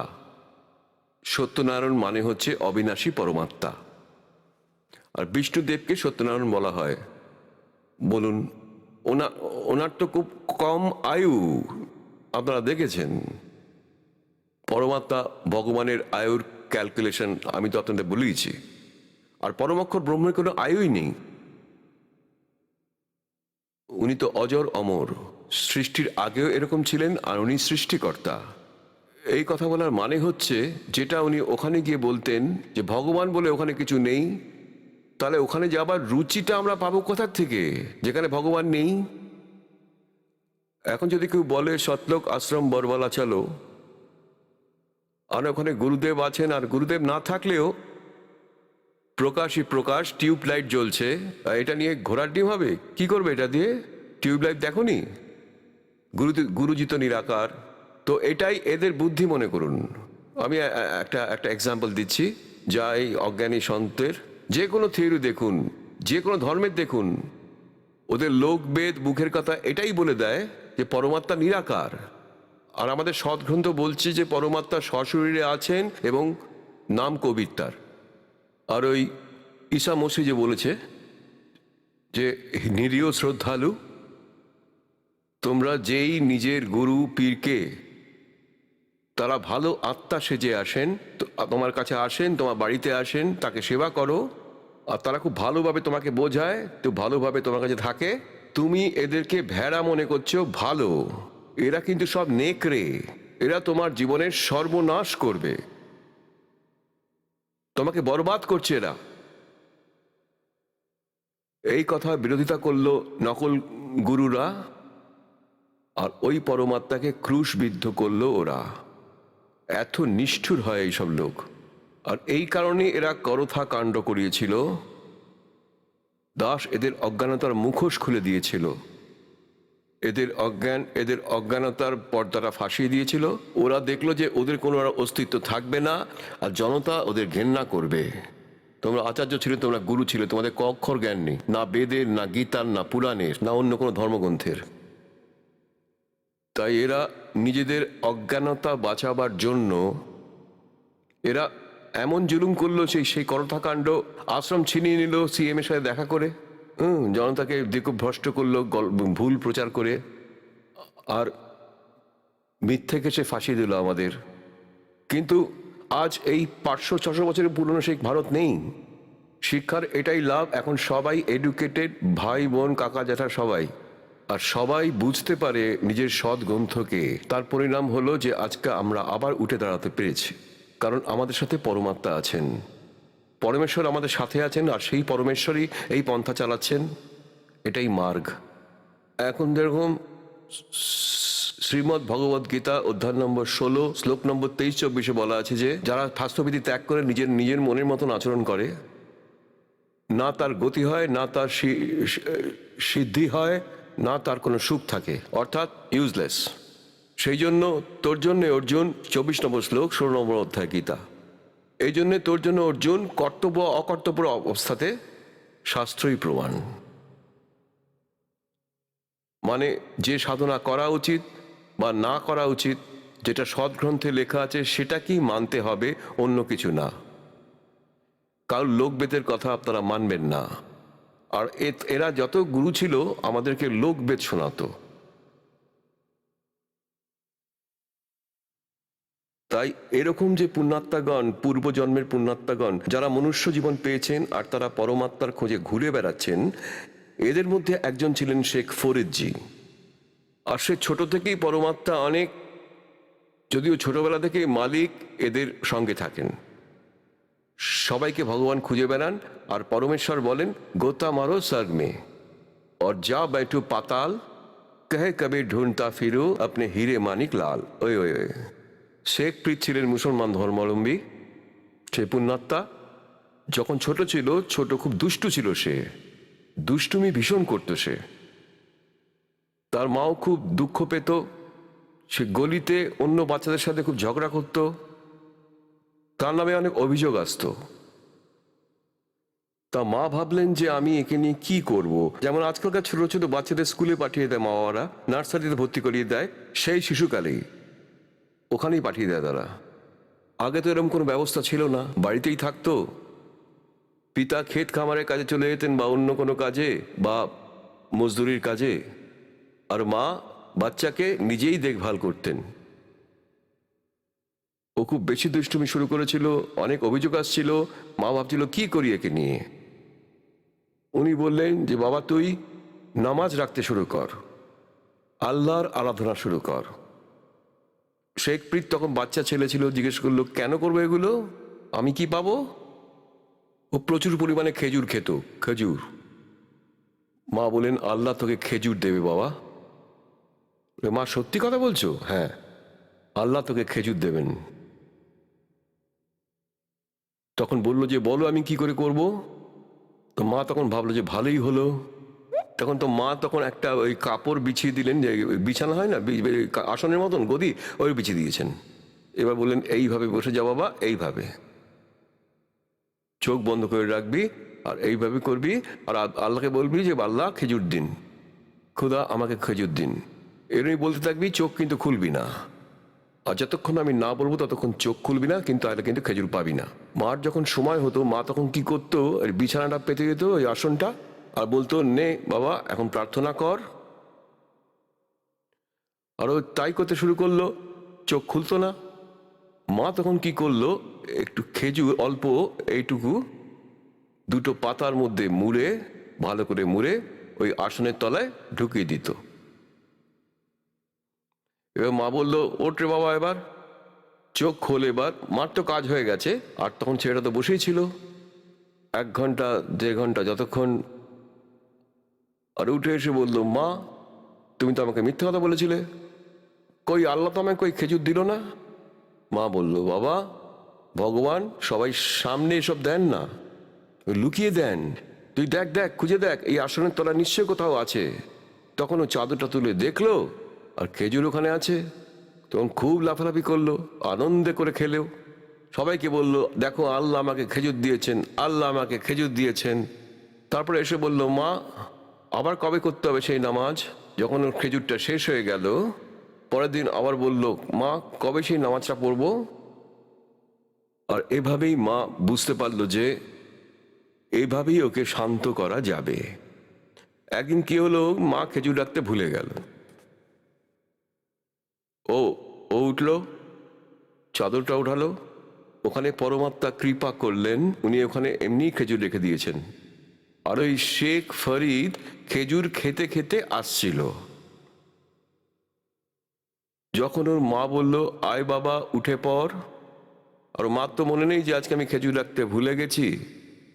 তখন ওর খুব চিন্তায় পড়লেন যে আজকে ও খেজুর না পেলে আর কোনোদিন তো নামাজ পড়বে না। ভীষণ চিন্তিত হয়ে গেল এবং দেখলেন যে ছেলে খেজুর খেতে খেতে আসছে। মা বলল, বাবা তুই খেজুরটা কোথা থেকে নিয়ে এসছিস। ছেলে বলল, মা প্রতিদিন আল্লাহ এসে আমায় দিয়ে যান, এই চাদরের তলায় পাওয়া যায়। তুই সত্যি করে বল কোথায়, এই তো এখানে রাখা ছিল। এবং পুনাত্মাগণ পরমাত্মা বলেন, जो जन मेरी शरण है ताका हूं मैं दास, गेल गेल লাগা ফিরু জব লগ ধরতি আকাশ। এখন এই বাচ্চাটার এতটাই বিশ্বাস হয়ে গেল ছোট থেকে ভগবানের উপর যে পরমাত্মা এইভাবেও দেন। বড় হয়ে সেই বাচ্চা বাড়ি ত্যাগ করলো। বাড়ি ত্যাগ যখন করলো তখন একটা নকল গুরুকে পেয়ে গেল, তার সিদ্ধি ছিল, আশপাশে তার অনেক নাম ডাক ছিল। ওখানে চলে গেল। সে একজন ফক্কর ফকির ছিল, ওনাকে ফক্কর ফকির বলতো। সব নিজের মতন আলাদা সাধনা করতো সে। এই হিন্দু সমাজে অনেক ব্যবস্থা আছে, কেউ গীতা পাঠ করে, পুরাণ পাঠ করে, ব্রতনী নেয়, মন্দিরে পুজো করে, এক তো এই সাধনা। আর এক যারা সন্ত আছেন, বাড়ি ছেড়ে চলে যান, ধুনি জ্বালিয়ে বসে যান, জঙ্গলে সাধনা করেন, সেটা আলাদা রকমের, সেটাও সাধনাই করেন ওরা। এরকমই একজন সন্ত ছিল, ওখানেই চলে গেল। যেরকমই ওই সন্ত ওকে যেভাবে শিখিয়েছিল ও সেভাবেই পালন করতে থাকলো। আশ্রমে থাকা শুরু করে, সঙ্গে কয়েকজন ভক্ত থাকতো। আর যে ব্যক্তি গৃহত্যাগ করে বেরোয়, ঘরও ত্যাগ করলো পরমাত্মাকে খোঁজার জন্য, তবে তার অবশিষ্ট কি রইল, গুরুদেবকে পরমাত্মা তুল্য মেনে ওর প্রত্যেকটি বচন পালন করে গুরুদেবের আজ্ঞা পালন করলো, কিন্তু গুরুদেবের ক্রিয়া দেখার দরকার নেই। আর আমরা তত্ত্বজ্ঞানের সাথে পরিচিত না হওয়ার কারণে আমরা আমাদের গুরুদেবকে নিজের মনে করে মেনে নিই। নিজের মতন হতে পারে না। যদি আমাদের মতন হতো তো আমরা নিজেরাই সব গিয়ে করে নিতাম। তো গুরুর উপর পরমাত্মা প্রসন্ন হন, কিন্তু কোন প্রভুর তিনি ভক্ত। जोनर जाकी शरणावसे ताको ताकी लाज, जल सुही मछली चढ़ जाए ये बह जाते गजराज। মানে যে কোনো ইষ্টেরই সাধনা করে থাকুক না কেন, আর পবিত্র মনে যদি করে থাকে, তার উপর আলাদা করে কৃপা হয়। তো এরকমই শেখ ফরিদ পরমাত্মা পাওয়ার জন্য নিজেকে সমর্পণ করে দিলেন। গুরুদেব যা আদেশ দেবেন সেটাই শিরোধার্য। মনে ছলনা অভক্তি কখনো আসবে না। গুরুদেব হুকও খেতেন খুব, আর শেখ ফরিদ কখনো ছুঁয়েও দেখেননি। আর গুরুদেব নিজে খেতেন, কিন্তু অন্যকে কখনো খাওয়ার জন্য বলেননি। ওনার গুরুদেব যে ছিলেন। এবার কি ব্যাপারটা হলো, ওখানে শেখ ফরিদ নিজের গুরুদেবের কৃপা পাত্র হয়ে গেল, কারণ ওকে যাই বলা হতো, যে কোনো কাজ ও কোনো ভুল ত্রুটি করতেন না। আর অন্যরা গাফেলতি করত। ওদের থেকে অধিক ভালোবাসা ওই গুরুদেবের শেখ ফরিদের উপর ছিল। ভালোবাসার অর্থ হলো এই যে, যেরকম 4-5 জন সেবক আছে, গুরুদেব হয়তো বললেন বাবা জল নিয়ে আয়, একজন বলল আনছি গুরুদেব, গামছা কাঁধে চান করতে চলে গেল, স্নান করতে। আনছি গুরুদেব নাও করতো না, আবার করতো না। আর ফরিদকে বলার সঙ্গে সঙ্গে দৌড়ে আসতো, এই নিন গুরুদেব। তো গুরুদেব তখন তো ওকেই বলবে বারবার, যে কাজ করে না তাকে কেন বলবে, একটা কাজ করলে অন্য কাজ করে। একটা ছোট মতন চুটকি শোনাচ্ছি আপনাদের। দুজন গুরু শিষ্য ছিল, দুজন। সন্ধ্যের সময় গুরু তার শিষ্যকে ডেকে বললেন যে বাবা দেখে আয়, উনি বৃদ্ধ ছিলেন তো, তাই শোয়ার আয়োজন করছিলেন, খাটে শুয়ে পড়লেন। এখন বাবা দেখে আয় তো, যে বাইরে বৃষ্টি পড়ছে না তো। আর সেই শিষ্য শুয়েছিল, তাই শুয়ে শুয়ে বলল গুরুদেব বৃষ্টি পড়ছে। গুরুদেব তখন বললেন তুই বাইরে গেলি না, তুই কিভাবে জানলি? না, বিড়ালটা ভিজে গেছে। আর বিড়ালটা হয়তো কোনো নালায় পড়ে গিয়েছিল, জলের মধ্যে ভিজে গেছে। তারপর উনি বললেন বাবা ওই প্রদীপটা নিভিয়ে দে, নিভিয়ে দে প্রদীপটা। শিষ্য বলল গুরুদেব চোখটা বন্ধ করুন, আলো নিভে যাবে। গুরুদেব বললেন তাই? তারপর গুরুদেব বললেন বাবা দরজাটা বন্ধ করে দে। শিশু বলল গুরুদেব আমি দুটো কাজ করেছি, আপনি অন্তত একটা করুন।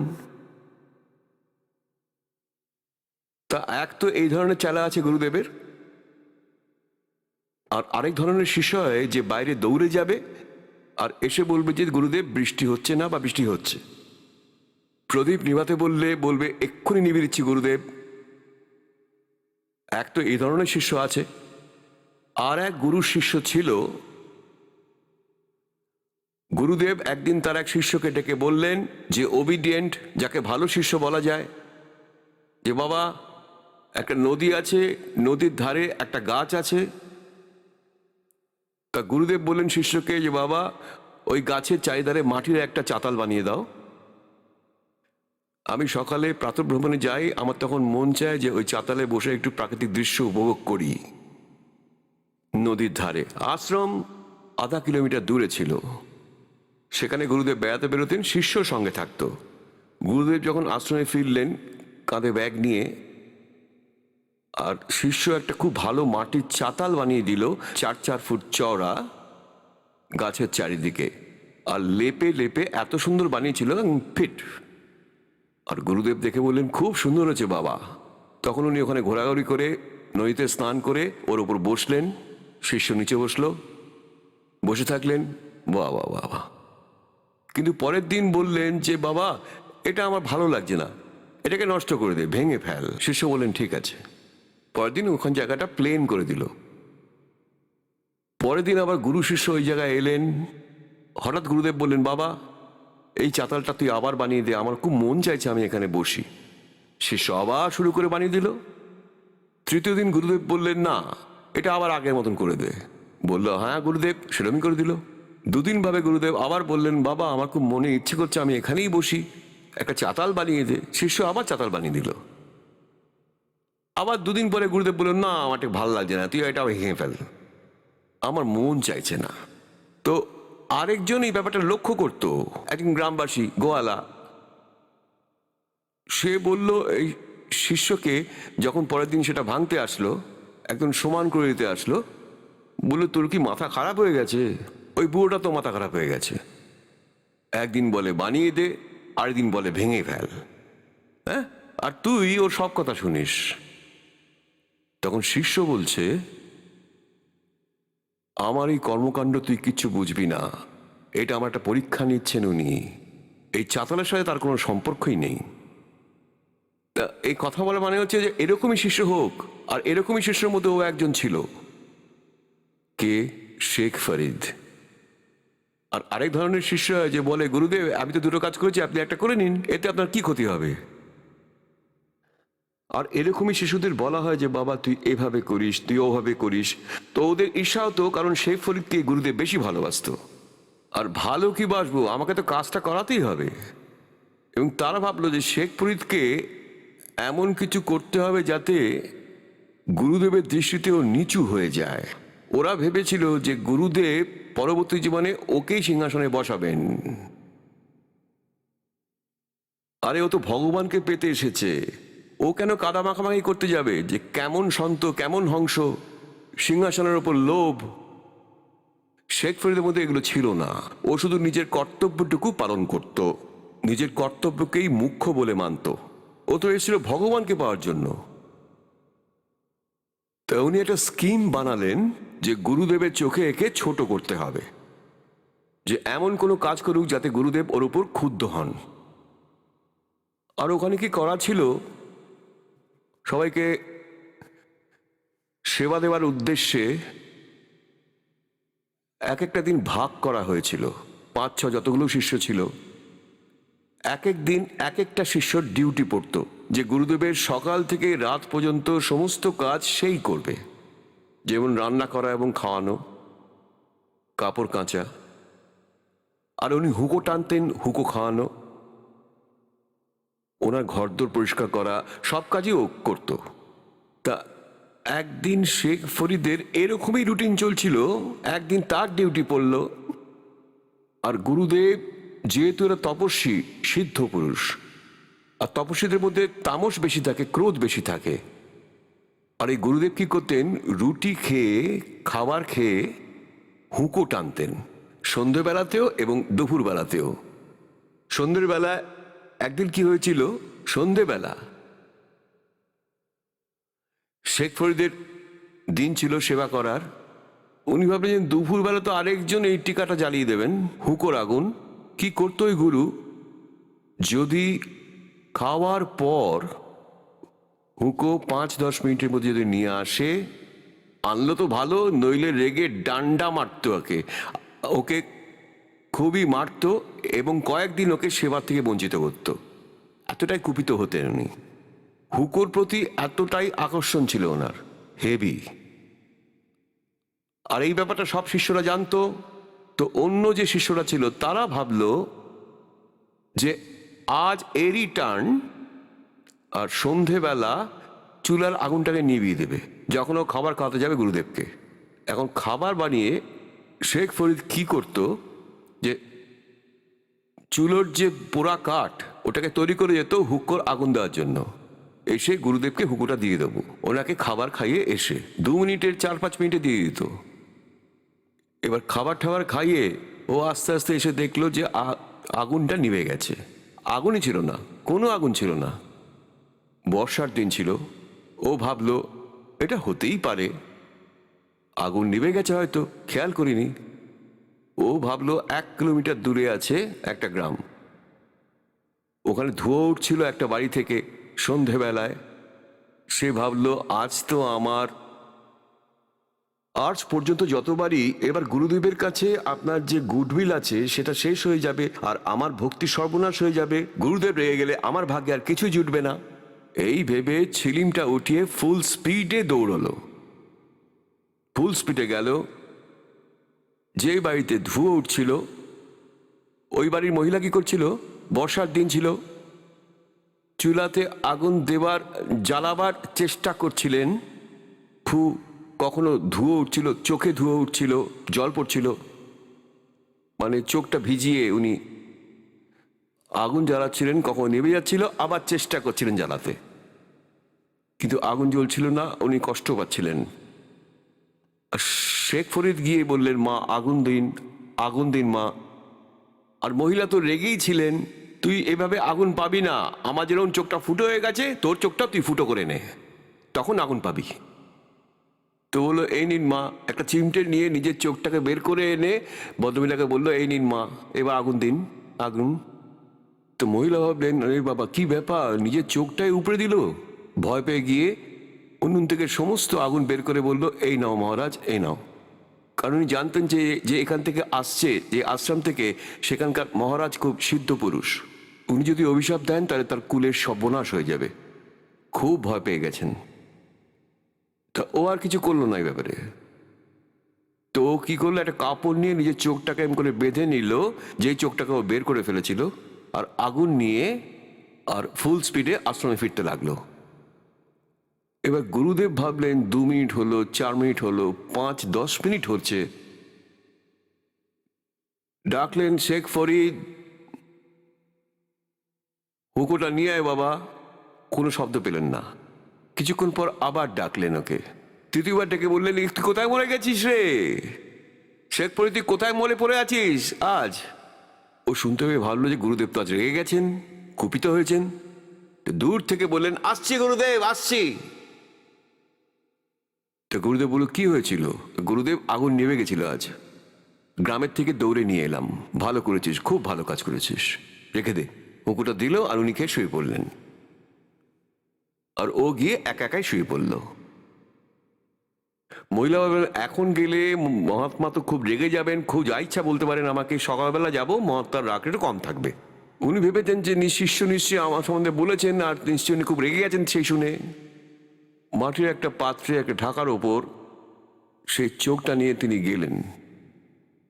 আর গিয়ে বললেন, মহারাজ, আমার ভীষণ ভুল হয়ে গেছে। আর এগুলো বললেন যে আপনার শিষ্যকাল গিয়েছিল আমার কাছে, আর ও আগুন চাইছিল, আর আমি খুব দুঃখে ছিলাম যে মহারাজ আমি মুখ ফসকে বলে ফেলেছি যে চোখটা উপড়ে ফেল। আর সেটা শুনে ও নিজের চোখটা উপড়ে আমায় দিয়ে দিল, এই দেখুন। তো উনি ভাবলেন যে আরে, শেখ ফরিদ তো গেছিল। তখন উনি ডাকলেন, শেখ ফরিদ। দৌড়ে এসে বলল, হ্যাঁ বলুন। এসব আমি কি শুনলাম, কি হয়েছিল তোমার? আর কি হবে গুরুদেব, আপনি থাকতে আপনার দাসের কি হতে পারে? আর এই মহিলা কি বলছেন তাহলে? তখন এই মহিলা বললেন, ও সত্যি চোখটা উপড়ে ফেলেছে, দেখুন না, কাপড় বাঁধা আছে ওর চোখে, ওখানে তাকিয়ে দেখুন। উনি দেখে বললেন, সত্যি তো। তখন গুরুদেব বললেন, খোল এই কাপড়টাকে। পট্টি খোলার পর চোখ যথাস্থানেই ছিল, চোখটা ঠিকঠাকই ছিল শেখ ফরিদের, কিন্তু চোখটা একটু ছোট ছিল। তা পিউনাত্মাগণ, এই গল্পের এই কাহিনীর থেকে যে সারাংশ আছে সেটা খেয়াল করুন। আর এত বড় সিদ্ধপুরুষ হওয়া সত্ত্বেও ওনার মোক্ষপ্রাপ্ত হয়নি, মোক্ষের সাধনা ছিল না। পরমাত্মা বলেছেন তার অমৃত বাণীতে যে এরকম এরকম 24টা সিদ্ধি যদি আপনার কাছে আসে, তো যদি সৎ সাধনা না থাকে তাহলে আপনার জীবনটি ব্যর্থ। এখন কি হলো? এই কথা শুনে আশপাশে এই সন্তের খুব নাম হলো যে ভাই এরকম একটা সন্ত আছে যার শিষ্য ঠিক হয়ে গেছে। কিছুদিন পরে ওই মৃত্যু হলো ওই সন্তের, ওই মহাত্মার। শেখ ফরিদ তো ভক্তির জন্য বেরিয়েছিল, আর সে তপস্যার পথ দেখাতো। আর যে গুরু ছিল সে সাধনার পথ দেখাতো, বলতেন তপ করো, নিজের শরীরটাকে ভীষণ ভীষণভাবে কষ্ট দাও, তাহলে তুমি পরমাত্মাকে লাভ করবে, দর্শন পাবে, দেখা পাবে আল্লাহর। আর শেখ ফরিদ ওই আশ্রম ছেড়ে চলে গেল, কারণ ওখানে অনেকে সিংহাসনের লোভ ছিল, কিন্তু ওনার ছিল না। উনি দূরে গিয়েই সাধনা করতে লাগলেন। আর উনি ভাবলেন যে গুরুদেব তো বলেইছেন, পথ দেখিয়েছেন, যত কষ্ট করবে শরীরটাকে, যত তপ করবে, তখনই তুমি ভগবানের দর্শন পাবে। 12 বছরে উনি 50 কেজি অন্ন খেয়েছিলেন। 12 বছরে 50 কিলো অন্ন। তো পুণ্যতাগণ, এটা হিসেব করুন তিনি একদিনে ক গ্রাম খেয়েছেন। 1 বছরে 365 দিন, আর 12 বছরে কতটা হলো? এখন পুণ্যতাগণ, এত স্বল্প আহার করে ওনার শরীরটা কমজোরি হয়ে গিয়েছিল। আর বাইরে যখন বসেন তখন কাকেরা আসে ওর শরীরটাকে মৃত মনে করে ওর চোখটাকে খেতে। আর কাকদের উনি বলেন, শেখ ফরিদ যখন মাথায় এসে তারা বসতো, হাতে পায়ে কোনো জোর নেই, এইভাবে পড়ে আছে, বাইরে পড়ে আছে, কখন কুয়োতে 12 বছর উল্টে ঝুলে থাকতো, 12 বছর কুয়োতে উল্টো ঝুলে থাকতো। ওপরে গাছের ডালে দড়ি বেঁধে পায়ের সাথে বেঁধে নিচে ঝুলে থাকতো। 12 বছর কুয়োতে ঝুলেছিলেন। কখনো কখনো বাইরে আসতেন, একটু ঘোরাঘুরি করে আবার ঝুলে পড়তেন। বাইরে পড়েছিল, কাক এলো। কাক ভাবলো যে এই ব্যক্তি মরে আছে, শরীরে কোথাও মাংস নেই, শুধু হাড় গোড় অস্থিপিণ্ড দেখা যাচ্ছে। কাক বসলো মাথার উপরে, ভাবলো চোখটাই খাওয়া যাক, চোখেতে একটু মাংস বেশি আছে। যখন কাক এসে বসলো তখন শেখ ফরিদ বলল, কাক ভাই, আমার শরীরে যদি কোনো মাংস থাকে তবে সেটাই খাও, নিজের পেটটা ভরাও, কিন্তু আমার চোখটা খেও না। হতে পারে আমি ভগবানের দর্শন পেতে পারি, আমার চোখটা তোমরা খেও না। আমি ভগবানের দর্শন পাওয়ার আশায় আছি। এই বলে উনি হাউ হাউ করে কাঁদতে থাকলেন যে ভগবানকে পেলাম না, সারা জীবনটা ব্যর্থ হয়ে গেল, আর জানি না কতদিনের জীবন বাকি আছে। তা ভাবলেন যে যদি বাইরে বেশিক্ষণ থাকি তাহলে কাকে আমার খেয়ে ফেলবে। তখন আস্তে আস্তে নিজের পায়ে দড়িটা বাঁধলেন, আর আস্তে আস্তে অভ্যেস হয়ে গেছিল, ধরে ঝুলে পড়লেন আর হাউ হাউ করে কেটে বললেন, ভগবান, আল্লাহর দর্শন আমি পেলাম না। আর জীবন শেষ হয়ে এলো। আমার কোন ত্রুটি বাকি আছে, কি পাপ করেছি আমি? গুরুদেব তো যা বলেছেন তাই করছি। এখন এই দশা দেখে বলছেন, যারা যারা আমার স্মরণে আছে, এরকম পুণ্যাত্মা যারা আছেন, যে কখনো পরমেশ্বর কবিরদেবের স্মরণে ওনার সান্নিধ্যে সাধনা করে থাকেন, যখন উনি তত্ত্বদর্শী সন্তের রূপে পৃথিবীতে বিরাজ করেন, তার মধ্যে এত ভালো ভক্তি তৈরি হয় যে সেটা কয়েক জন্মেও যদি সে পার না হয় তো আর এখানে ঘুরে বেড়াতে থাকে, প্রচেষ্টা থাকে, তার ভক্তির অংশ সমাপ্ত হয় না, যেমন আপনাদের মধ্যে আছে। এই সমস্ত পুণ্যাত্মাগণ অন্য কোনো পন্থে বা ধর্মে বা অন্য কোথাও ও মন্দির মসজিদ গুরুদ্বারাতে যারা যায় পরমাত্মার ভক্তি চাইছেন, কখনো না কখনো কোনো যুগে এরা পরমাত্মা কবিরদেবের সান্নিধ্যে এসেছিলেন। আর শেখ ফরিদও তাদের মধ্যে সেই পুণ্যাত্মাদের মধ্যে আইছিলেন যিনি পার হননি। আর মাঝে মাঝে আমরা বিচলিত হয়ে পড়ি, কারণ ভগবানকে আমরা ঠিক চিনতে পারি না, কারণ আমরা সৎগ্রন্থের সাথে পরিচিত ছিলাম না।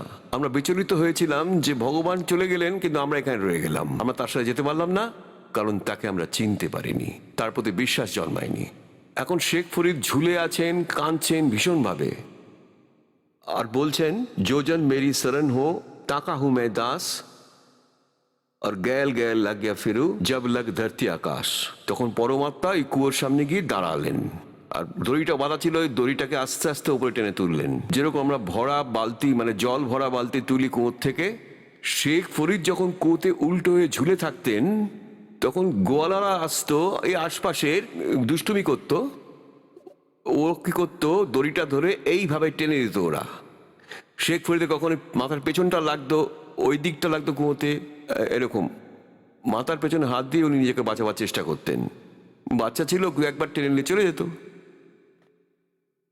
তখন উনি ভাবলেন যে আজ নিশ্চয়ই কোনো বেড়ে ওস্তাদ এসেছে, আমায় টেনে উপরে তুলছে। সে এইভাবে বাইরে টেনে বার করছিল, পরমাত্মা ওপর দিয়ে টানছিলেন, আর ও তো নিচে ঝুলছিল। আর বললেন যে বাবা, আমাকে বিরক্ত করো না, সাধু সন্তদের বিরক্ত করতে নেই, তুমি নিজের কাজ করো, আমি তো নিজের কাজ করছি। এরকম উল্টে ঝুলে কথা বলছে, আমাকে তুমি ছেড়ে দাও। পরমাত্মা বললেন, তুমি এখানে কি করছো? শেখ ফরিদ তখন বললেন, আমি পরমাত্মার দর্শন প্রার্থী, ভগবানের দর্শন পাবার জন্য আমি সাধনা করছি। পরমেশ্বর তখন বললেন, আমিই তো ভগবান, আমি সেই আল্লাহ, আমি আল্লাহ আকবর, ওই কবির আল্লাহ আমি। শেখ ফরিদ তখন বললে, আমার সাথে মজা করো না, তুমি আল্লাহ হতেই পারো না। পরমাত্মা তখন বললেন, আল্লাহ কিরকম দেখতে হয়? কারণ সে তো নিরাকার, তাকে কি চোখে দেখা যায়? পরমেশ্বর বললেন, ভালো মানুষ, যখন পরমাত্মা নিরাকার আর তুমি বলছো যে আমি ভগবানের দর্শন পাওয়ার জন্য এসব করছি, আর তুমি বলছো তুমি দেখতে পাবে তাকে, তুমি তো সাকারই না, কি দেখবে তুমি তার?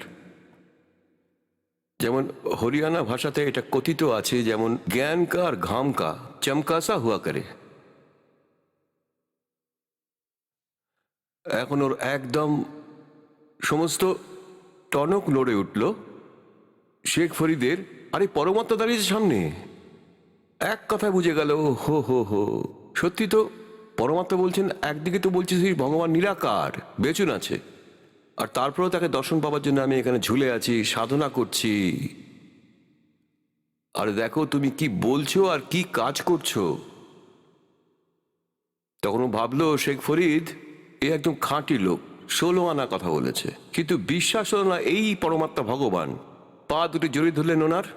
এই কথাটা মনে আছে যে কোরআন শরীফে লেখা আছে, তা ওর ব্যাপারে কোনো বাখবরই বলবে। তখন উনি এটা ভাবলেন যে ইনি তো আল্লাহ হতেই পারেন না, কিন্তু বাখবর নিশ্চয়ই আছেন বা তত্ত্বদর্শী নিশ্চয়ই আছেন। 1 সেকেন্ডে সব কথা বুঝিয়ে দিলেন। তো নিরাকারকে দেখবি কি করে যদি বলিস নিরাকার? তুই এই সাধনা কেন করছিস? পা ধরে বললেন তখন মহারাজ, আমাকে রাস্তা দেখাও ভগবানের, তুই আয় আমি দেখিয়ে দেবো। দড়িটা খুলে দিলেন, ওনাকে বসিয়ে পরমাত্মা বললেন, এই শরীরের সাথে তুই শত্রুতা করছিস কেন? এটা কোনো শাস্ত্রে লেখা আছে যে এরম করলে ভগবানকে তুই পাবি? শেখ ফরিদ তখন বলল, আমার গুরুদেবই এটা করতে বলেছিল। পরমাত্মা তখন বললেন, ওই গুরুদেব তোমার নকল ছিল। শেখ ফরিদ তখন বললেন, মহারাজ নিন্দা করবেন না গুরুদেবের, এখন এই ভক্তরা এরকমই হয়। ভগবান তখন ভাবলেন যে যদি বেশি কিছু বলে ফেলি তাহলে ভুলভাল কাজ করবে। পরমেশ্বর বললেন, বাবা এই শরীরের সাথে তুই শত্রুতা করছিস, এইভাবে ভগবানকে পাওয়া যায় না। হ্যাঁ এই তো বুঝতেই পেরেছি যে এইভাবে পাওয়া যায় না, তাই এতটা সময় কেটে গেল। তখন পরমেশ্বর বললেন, তুমি এবার আহার করো। প্রথম অঞ্জন সংযম রাখে, যোগ যোগত সব সদ্গুরু ভাখে। অল্প খাবে, অবশ্য খাবে, বেশি খেও না, আবার পেট ভরে ঘুম ঘুম ভাব আসবে যে প্রচুর খাওয়া হয়ে গেছে। আর এত কম খেও না যে তোমার ভিতরে নাড়িগুলি সব শুকিয়ে যায়, বেঁকে যাবে শরীর। অল্প খাবে অবশ্যই, সেই আহার হবে সীমিত। অল্প মানে যতটা নিচের ভক্তির যোগ্য, যতটা ততটা, বেশিও খাবে না, আবার খাবার অবহেলাও করবে না। তো আস্তে আস্তে ওর খাবারকে মালিক শুরু করে দিলেন।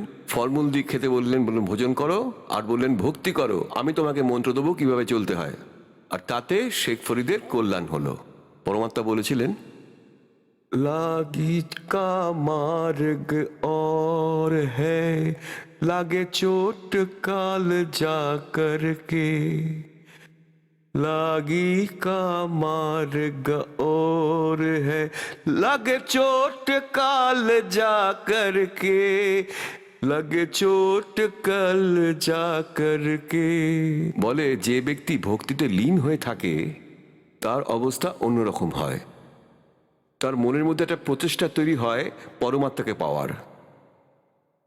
बन कुएं में सिक फरीद ने कैसी मीठी बोली भाषा, कुएं में सिक फरीद ने कैसे मीठी बोली भाषा, तुम चुन चुन कागा खा लियो रे मेरे हड्डों पर का मासा, तुम चुन चुन कागा खा लियो रे मेरे हड्डों पर का मासा, मेरे दो नैना मत छेड़ियो रे मोहे राम मिलन की आशा, मेरे दो नैना मत छेड़ियो रे मोहे राम मिलन की आशा, जिन करी तपस्वा घोर थियो हुए आसरे हर के, ओ हुए आसरे हर के, ओ हुए आसरे हर के, लागी का मार्ग लगे चोट काल जा करके, लगे चोट काल जा करके, लागी का मार्ग और है, लगे चोट काल जा करके।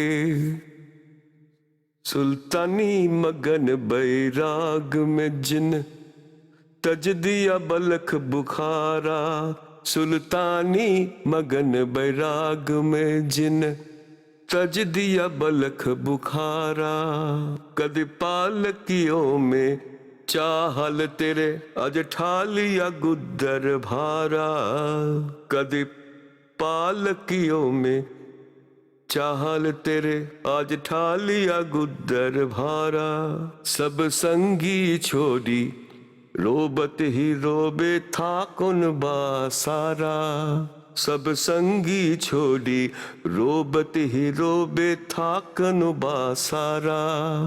शोर मचारने बास में ना देखा पीछा फिर के, ना देखा पीछा फिर के, ना देखा पीछा फिर के। लगी का मार्ग और है लगे चोट काल जा करके, लगे चोट काल जा करके, लगे चोट कर जा करके। ला बन बीच भर तेरी भूप ने एक मारा तान निशाना, बन बीच भर तेरी भूप ने एक मारा तान निशाना। कोई घड़ी सदी थी आवन की साधु का हो गया आना, कोई घड़ी सदी थी आवन की साधु का हो गया आना। कोई मुहा मर्ग जबाह दियो नाते तारे धरो ने बाना, कोई मुहा मर्ग जबाह दियो नाते तारे धरो ने बाना। वो जिंदा कर दिया थोर था शिष्य बना परीक्षा करके, शिष्य बना परीक्षा करके, शिष्य बना परीक्षा करके। लागी का मार्ग और है लगे चोट काल जा करके, लगे चोट काल जा करके, लगे चोट काल जा करके। लागी का मार्ग गोपी चंद योगी हो गए जिन ले लिया भगमा बाना, गोपी चंद योगी हो गए जिन ले लिया भगमा बाना।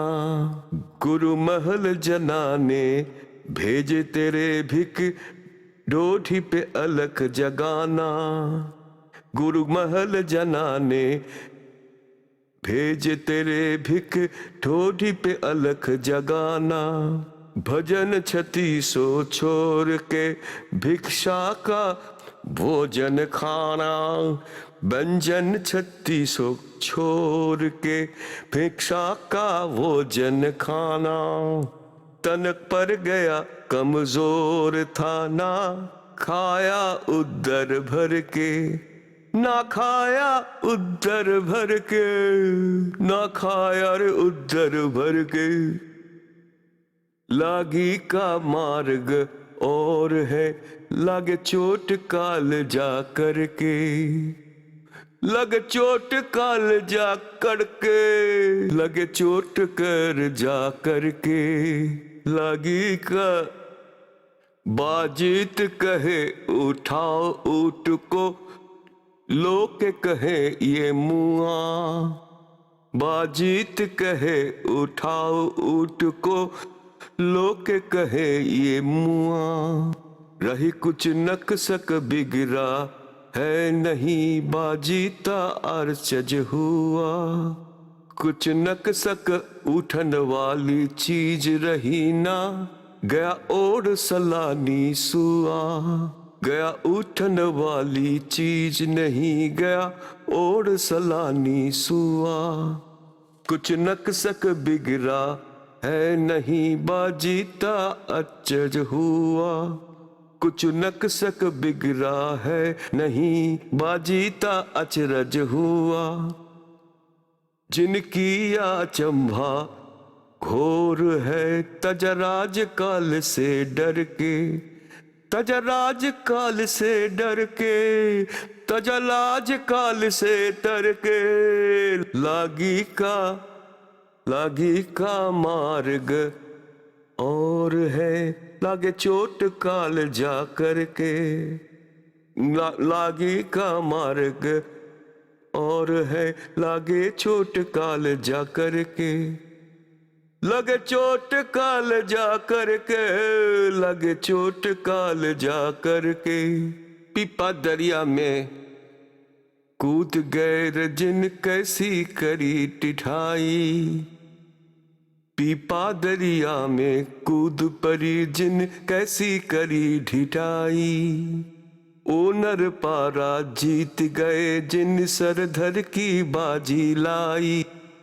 ओ नर पारा जीत गए जिन, सर धर की बाजी लाई।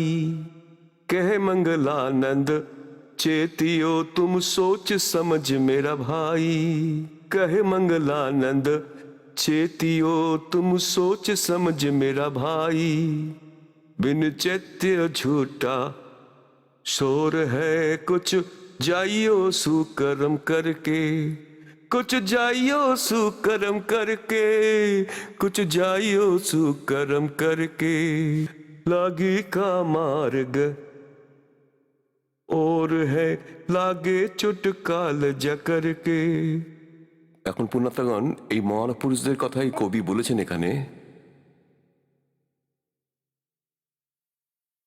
আর এখানে মহাপুরুষদের সেসব জ্ঞান আছে যেগুলো পরমাত্মার ওপর সমর্পিত। তা পরমেশ্বর কবি সাহেব বলছেন যে জ্ঞানগুলো শোনা বা বলার জন্য নয়, এটা করে পরপারে যাওয়ার জন্য। এটা গান বাজনা বলা করার জন্য সীমিত করে না রেখে এটা এভাবেই করতে হবে। এখন এটার খুব সহজ পদ্ধতি আছে। পরমাত্মাকে পাওয়ার জন্য যুগ যুগ ধরে চেষ্টা চলছে। এক পিপ্পা ঠাকুর নামে রাজা ছিলেন এই রাজস্থানের মধ্যে গিগনোর শহরে। গিগনোর, উনি দুর্গার ভক্ত ছিলেন আর ওনাকে মা দুর্গা সাক্ষাৎ দর্শন দিয়েছিলেন। একদিন রামানন্দজি ওখানে চলে গেলেন, আর রামায়ণজি কবির সাহেবের জ্ঞানের সম্বন্ধে সবকিছুতেই পরিচিত ছিলেন। আর পরমেশ্বর বলেছিলেন যে আপনার অনেক মহিমা আছে, সাধারণ মানুষ আপনার কথা বিশ্বাস করে এবং আপনি মহর্ষি হিসেবে প্রসিদ্ধ। এখন এই দাস যে জ্ঞান দিয়েছে এটার প্রচার করুন। উনি পরিচিত ছিলেন, পরমাত্মাকে দেখেও ছিলেন সৎলোকে রামানন্দজি কবির সাহেবকে। একদিন রামানন্দজি এইভাবে প্রচার করতে বেরিয়ে গেলেন। রামানন্দজি সেই শহরেই গেলেন, রাজার ওখানে উঠলেন। রাজা বড় ধার্মিক ছিলেন। সেদিন কতক কথা শোনালেন রামানন্দজি। পরমাত্মা কবির সাহেব, পরমেশ্বরজি ওকে যা বলে রেখেছিলেন সে সব জ্ঞান শোনালেন উনি। তো পিপা রাজা বললেন যে পরমাত্মাজি, আপনার কথাটা আমার ঠিক মনে ধরল না। মা দুর্গার ওপরে কোনো শক্তি থাকতে পারে। তখন রামানন্দজি বললেন, আপনি আপনার দেবীকে জিজ্ঞাসা করে নিন। আর উনি একটা বিশেষ অনুষ্ঠান করতেন। দেবী যখন ওনাকে দর্শন দিতেন, বিশেষ অনুষ্ঠান করালেন। মা দুর্গার প্রকট হলেন, দুর্গাকে জিজ্ঞাসা করলেন যে আপনার ওপরে কোনো শক্তি আছে কি মা? তা দেবদেবীরা কখনো মিথ্যে কথা বলেন না। তা উনি বললেন, হ্যাঁ বাবা, আরো শক্তি আছে, কিন্তু তুই পাবি না, তোকে সে দর্শনই দেবে না। তখন পিপা রাজার মনে খটকা লাগলো যে দর্শন কেন, সব কাজই হবে। এখন কি করলেন? রামানন্দজি আবার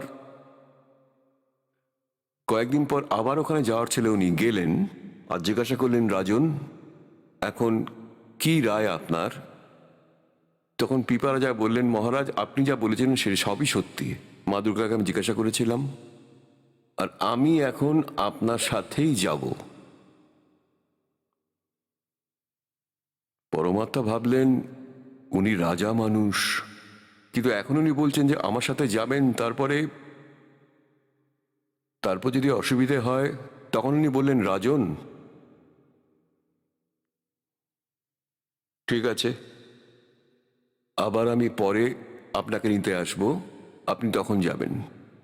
পিপা রাজা তখন ভাবলেন যে মহারাজ আবার আসবেন, আর এদিকে তো আমার তর সইছে না।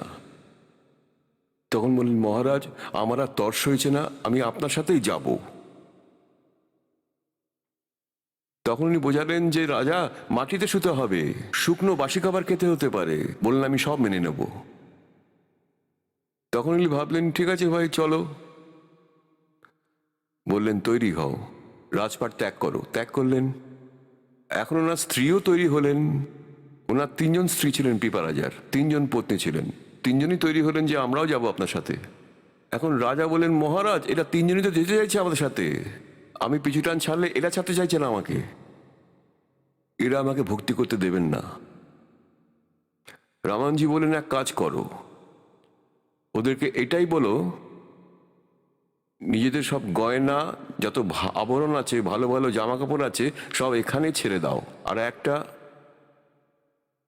গায়ে যে কাপড় পরে আছে ওটাই সঙ্গে যাবে। এটা বলে দিন, তাহলে কোনো অসুবিধা হবে না। এরকমটাই বললেন সবাইকে। আর 3জন স্ত্রীকেই বললেন, তোমাদের সব আভরণগুলো এখানেই খুলে রেখে দাও, আর সিঙ্গেল কাপড় পরে নাও, এই একটাই ড্রেস, তারপর চলো আমার সঙ্গে। 2জন বললেন, তো না, আমরা তো সোনাদানা ছাড়তে পারবো না। আভরণ কি করে ছাড়বো, এতগুলো সোনা, এতগুলো হার, আমরা যাব না তাহলে। ওনার তৃতীয় স্ত্রীর নাম ছিল সীতা। সীতা সব নিজের আবরণ খুলে ওখানে রেখে দিলেন, সিম্পল একটা শাড়ি পরে নিলেন, সিম্পল ড্রেস, আর রেডি হয়ে গেলেন। এবং রাজা ফিরে এলেন। গুরুদেব বসেছিলেন আলাদা জায়গায় বাইরে। বললেন, গুরুদেব 2টো আপদ সরে গেছে, একটা এখনো আছে, সে তৈরি হচ্ছে। কারণ রামানন্দজি জানতেন যে স্ত্রীরা ওই সোনা গয়না প্রাণের থেকেও বেশি ভালোবাসে,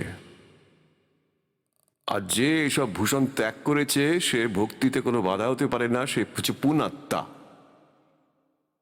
বললেন যে ত্যাগ করেছে ভালোই তো, কোনো ব্যাপার না, ভক্তি করবেই। আর যা আবরণ নিয়ে পড়ে আছে তারা কখনো পার হতে পারবে না। আবরণের মোহে যদি থাকে তাহলে ভক্তির যোগ্য না। আর 2জন তো বেঁকে বসলো, সঙ্গে যেতে মানা করলো। 1জন তৈরি হয়ে গেল। তখন রামানন্দজিকে এসে বললেন, ভগবান 2জন না করে দিয়েছে, কিন্তু 1জন রাজি। রামানন্দজি বলছে, আমি যাচ্ছি তোর সাথে।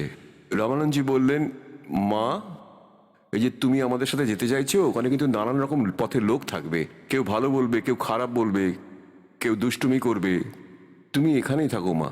না মহারাজ, আমিও আত্মকল্যাণ করতে চাই। তখন রামানন্দজি বললেন যে মা আমাদের সাথে যেতে হলে কিন্তু নিবস্ত্র হয়ে যেতে হবে। আর তখন সীতা বললেন, ঠিক আছে। যখন উনি শাড়ি খুলতে লাগলেন, বলে যে নিন, তখন উনি বললেন, মা থাক থাক থাক। তখন রামানন্দজি রাজাকে বললেন যে এটাকে নিয়ে নাও, নিয়ে নে এই মেয়েটাকে সাথে, এ তোকে বাধা দেবে না, সহযোগিতা করবে, এ তো সবকিছু ত্যাগ করতে রাজি আছে। और लोक लाज मर्यादा जगत की 3 जो तोर लगावे जब कोई राम भगत कथावे। তো 2জনেই চলে গেলেন, রামানন্দজির ওখানে থাকতে শুরু করলেন। রামানন্দজি কোথাও বিহার করতে গেলেন, বাইরে ঘোরার জন্য, অন্য কোথাও সৎসঙ্গ করার জন্য। ওদের বললেন, তোমরা এখানেই থাকো, আমি 10-15 দিনের মধ্যে ফিরবো। ওদের 2জনকে আশ্রমে রেখে গেলেন। ওনারা শুনেছিলেন যে ভগবান শ্রীকৃষ্ণের দ্বারকা জলমগ্ন হয়ে গেছে, জলের মধ্যে ডুবে গেছে।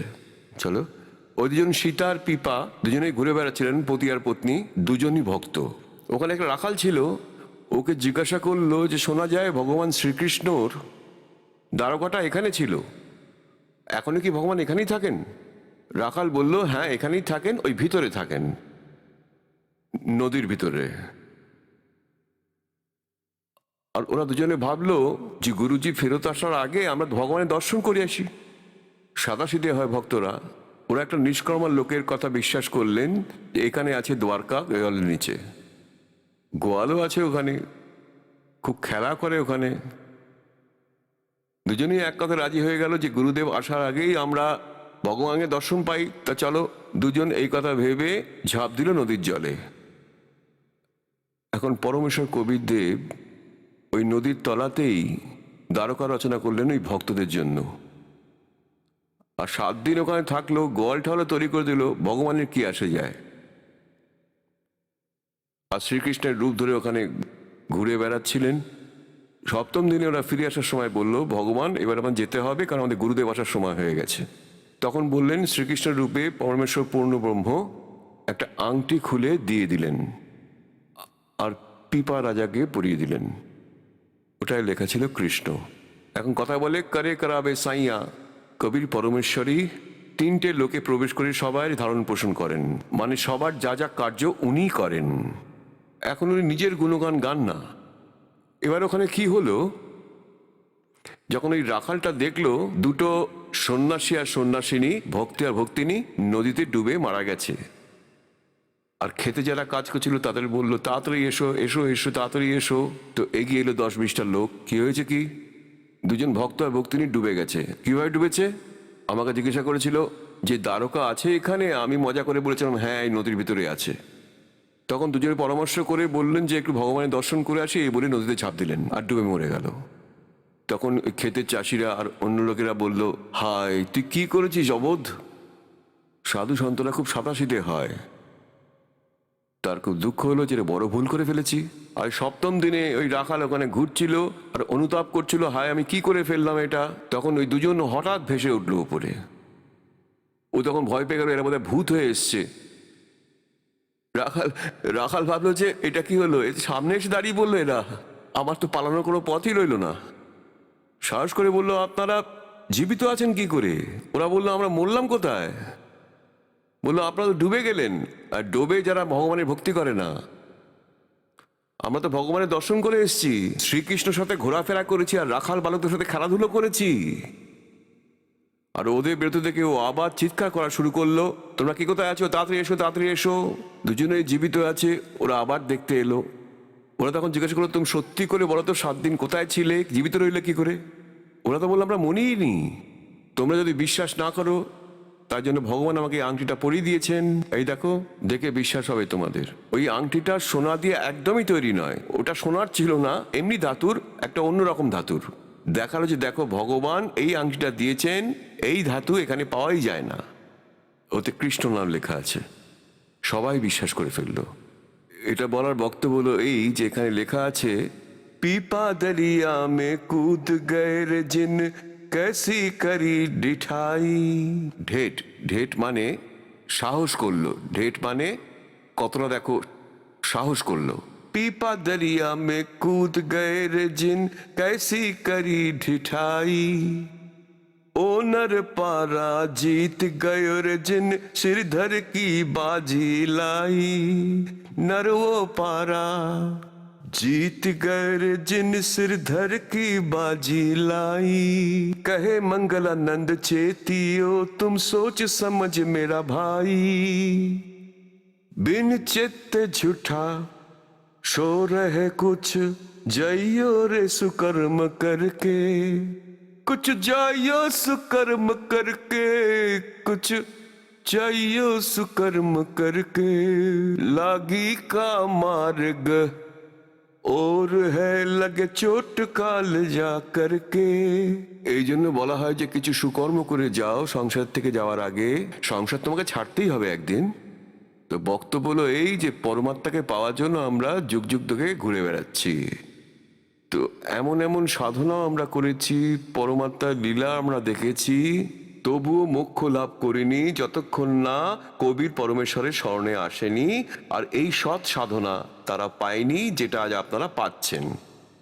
এতেই মোক্ষ লাভ হবে, এতেই সংসারে সুখ আসবে। এটা এখন পিক টাইম। ওখানে কিছু ভক্তি করিয়ে পরমাত্মা এখানে নিয়ে এসেছেন বলে সৌ ছল ছিদ্র मैं करूं अपने जन के काज। শেখ ফরিদের কাছে গিয়ে ওনার ভক্তি বাড়িয়ে দিয়েছিলেন, সৎ ভক্তি করিয়েছেন। তাহলে পুণ্যতাগণ আপনাদের উপর কতটা কৃপা আছে মালিকের যে আপনারা এই সৎ নাম আর আসল নাম সরাসরি পাচ্ছেন মালিকের কাছ থেকে। কোনো প্রকারের কোনো চেষ্টা করতে হচ্ছে না, আপনাদের কাছে বার্তা পাঠাচ্ছেন পরমাত্মা। কারণ এটা পিক টাইম এসেছে, এটা প্রাইম টাইম হচ্ছে পরমেশ্বরকে পাওয়ার। এটা মধ্যযুগীয় সময়। এই সময় যারা মানব শরীর পেয়েছে তারা পুণ্যাত্মা প্রাণী। ওর থেকেও পুণ্যাত্মা হচ্ছে তারা পরমাত্মার মার্গ যে পেয়েছেন, তাদের মধ্যে আপনারা। ধন্য আপনাদের মা বাবা যার থেকে আপনার জন্ম হয়েছে। বড় সদ্গুরুদেব জয় হো।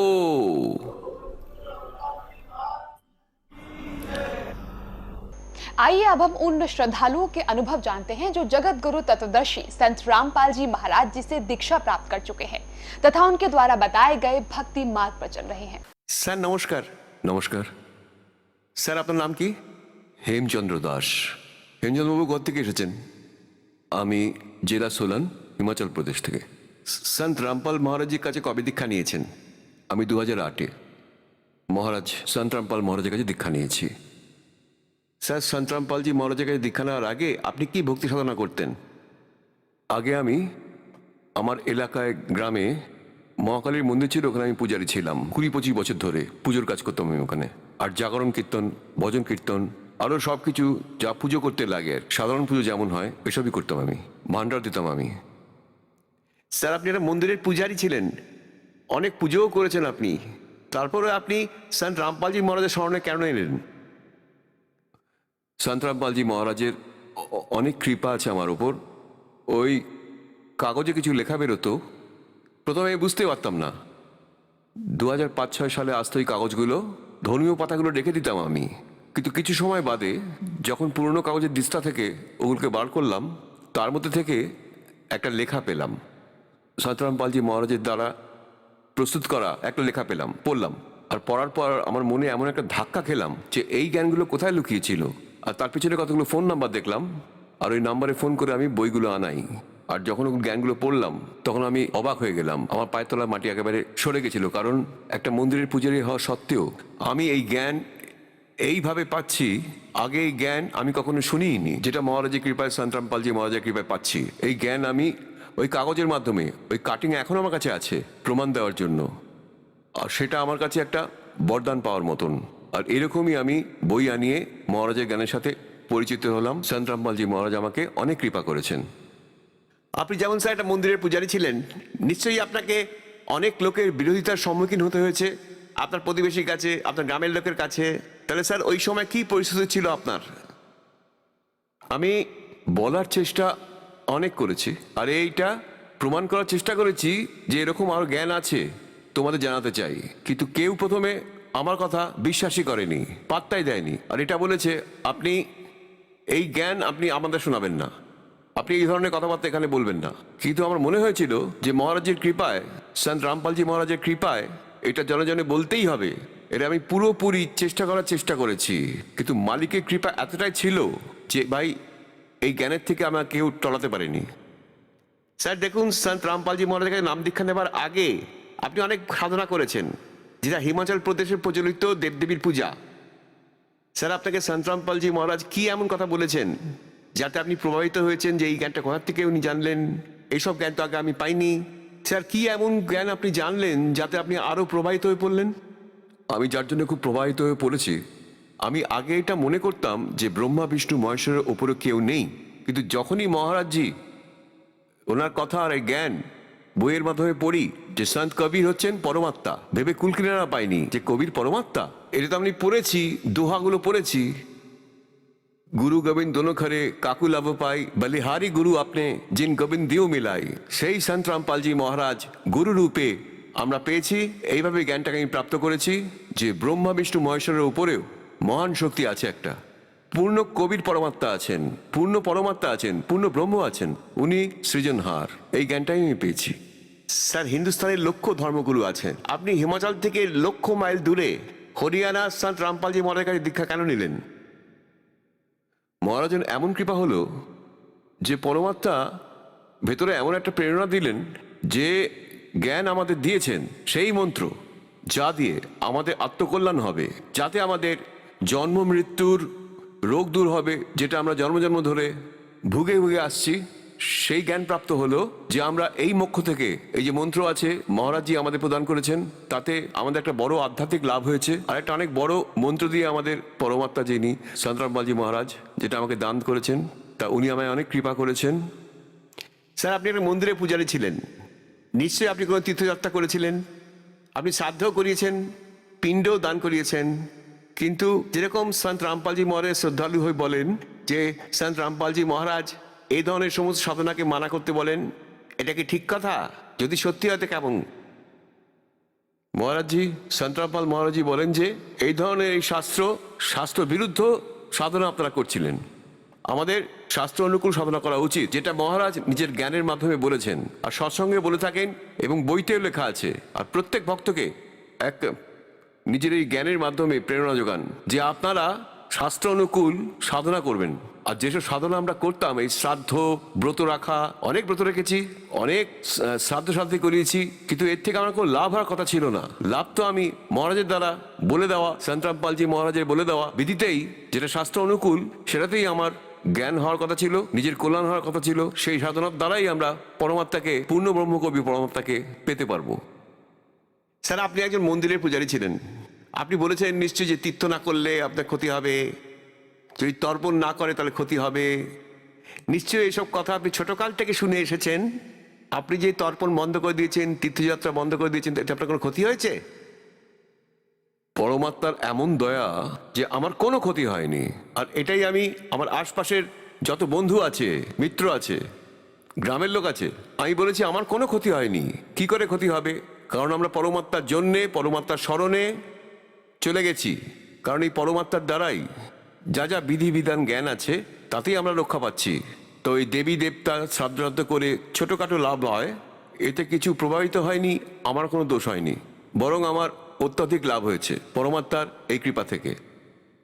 সন্ত রামপালজি মহারাজের কাছে দীক্ষা নেবার পর তার ভক্তরা এটাই বলেন যে ওদের আধ্যাত্মিক এবং ভৌতিক অনেক লাভ হয়েছে, যেটা মহারাজের কাছ থেকে এতদিন ওরা শুনেছিলেন।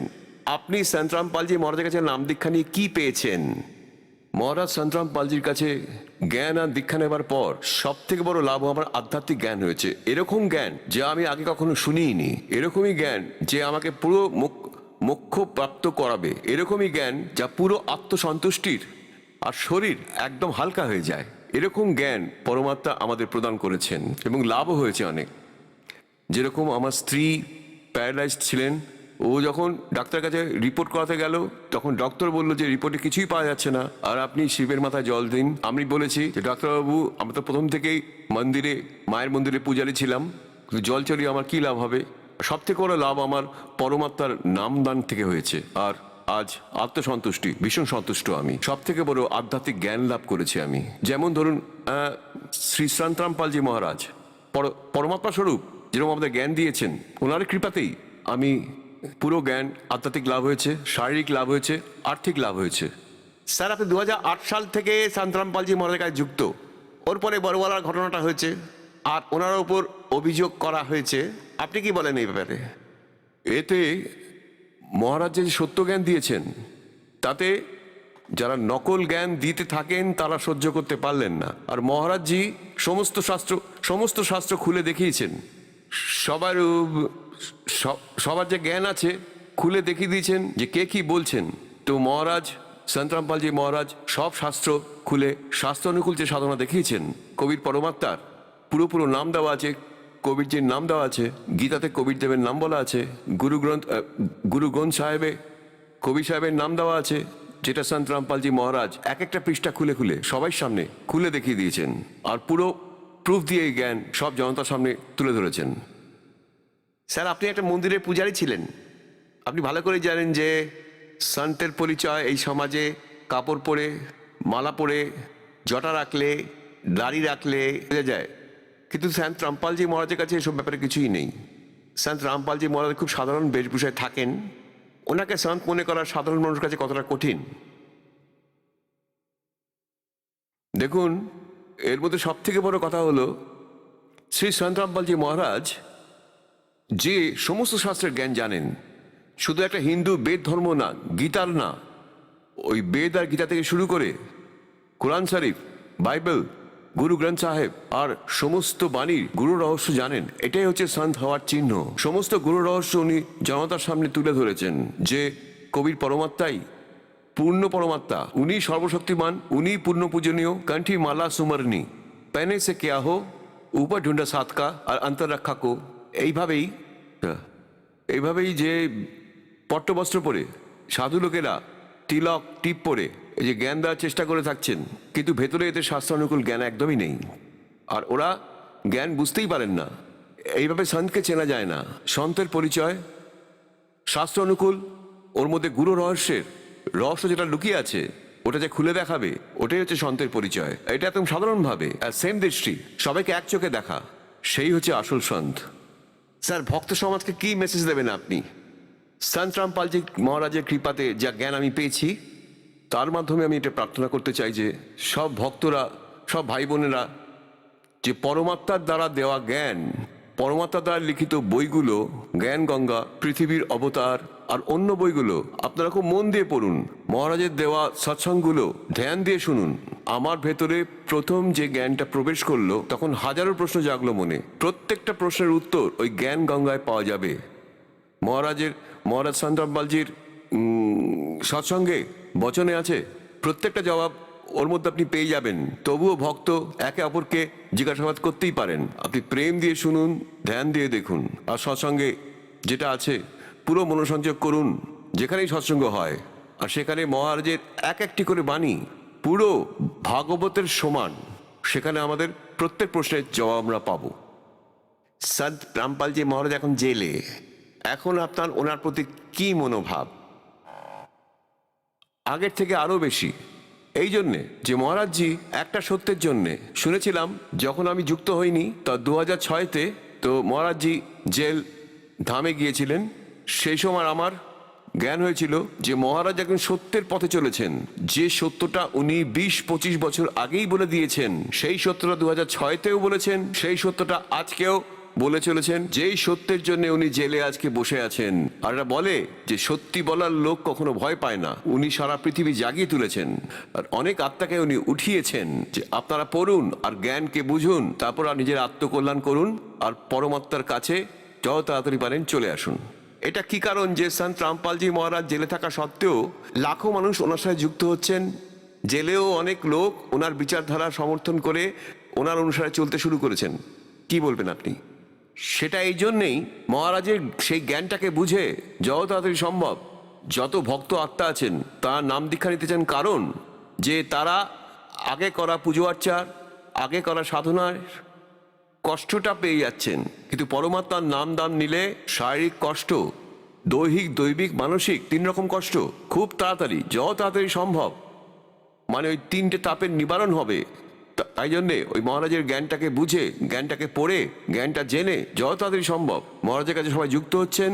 যার জন্যে সেই সংখ্যাটা দিনের পর দিন বেড়েই যাচ্ছে। আর এটা শুনেও আমাদের হৃদয় আনন্দে ভরপুর হয়ে থাকে যে সত্যি জ্ঞান সন্ত রামপালজি মহারাজ, যেটা এই পৃথিবীতে যে স্বয়ং একজন কবির পরমাত্মার অবতার। মহারাজজি একজন কবির পরমাত্মার অবতার। উনি জেলধামে নেই, জেলে তো আমরা আছি। আমরা কালের জেলে ফেসে আছি। আমাদের এই জেল থেকে বের করার জন্য মহারাজ একটা জেলধামে এক সাধারণ সন্তের ভূমিকা পালন করছেন। হিমাচল প্রদেশের লোকদের কি বলতে চাইবেন আপনি, যারা এটা ভাবে যে আমরা এই সন্তের কাছে কিভাবে নাম নেব, যে জেলে আছে? আমি সব পাহাড়ি ভাইদের এটাই বলতে চাইবো যে তোমরা যত তাড়াতাড়ি সম্ভব চলে এসো। এই জ্ঞান, আমার ভাই বোনেরা, এই জ্ঞানকে তোমরা এইভাবেই দেখো যে ভাই, এরকম জ্ঞান তোমরা কখনো পাবে না। আপনাকে অনেক অনেক ধন্যবাদ সৎ সাহেব।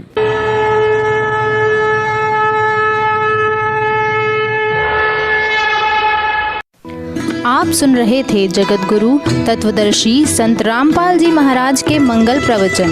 अधिक जानकारी के लिए संपर्क करें 8222880541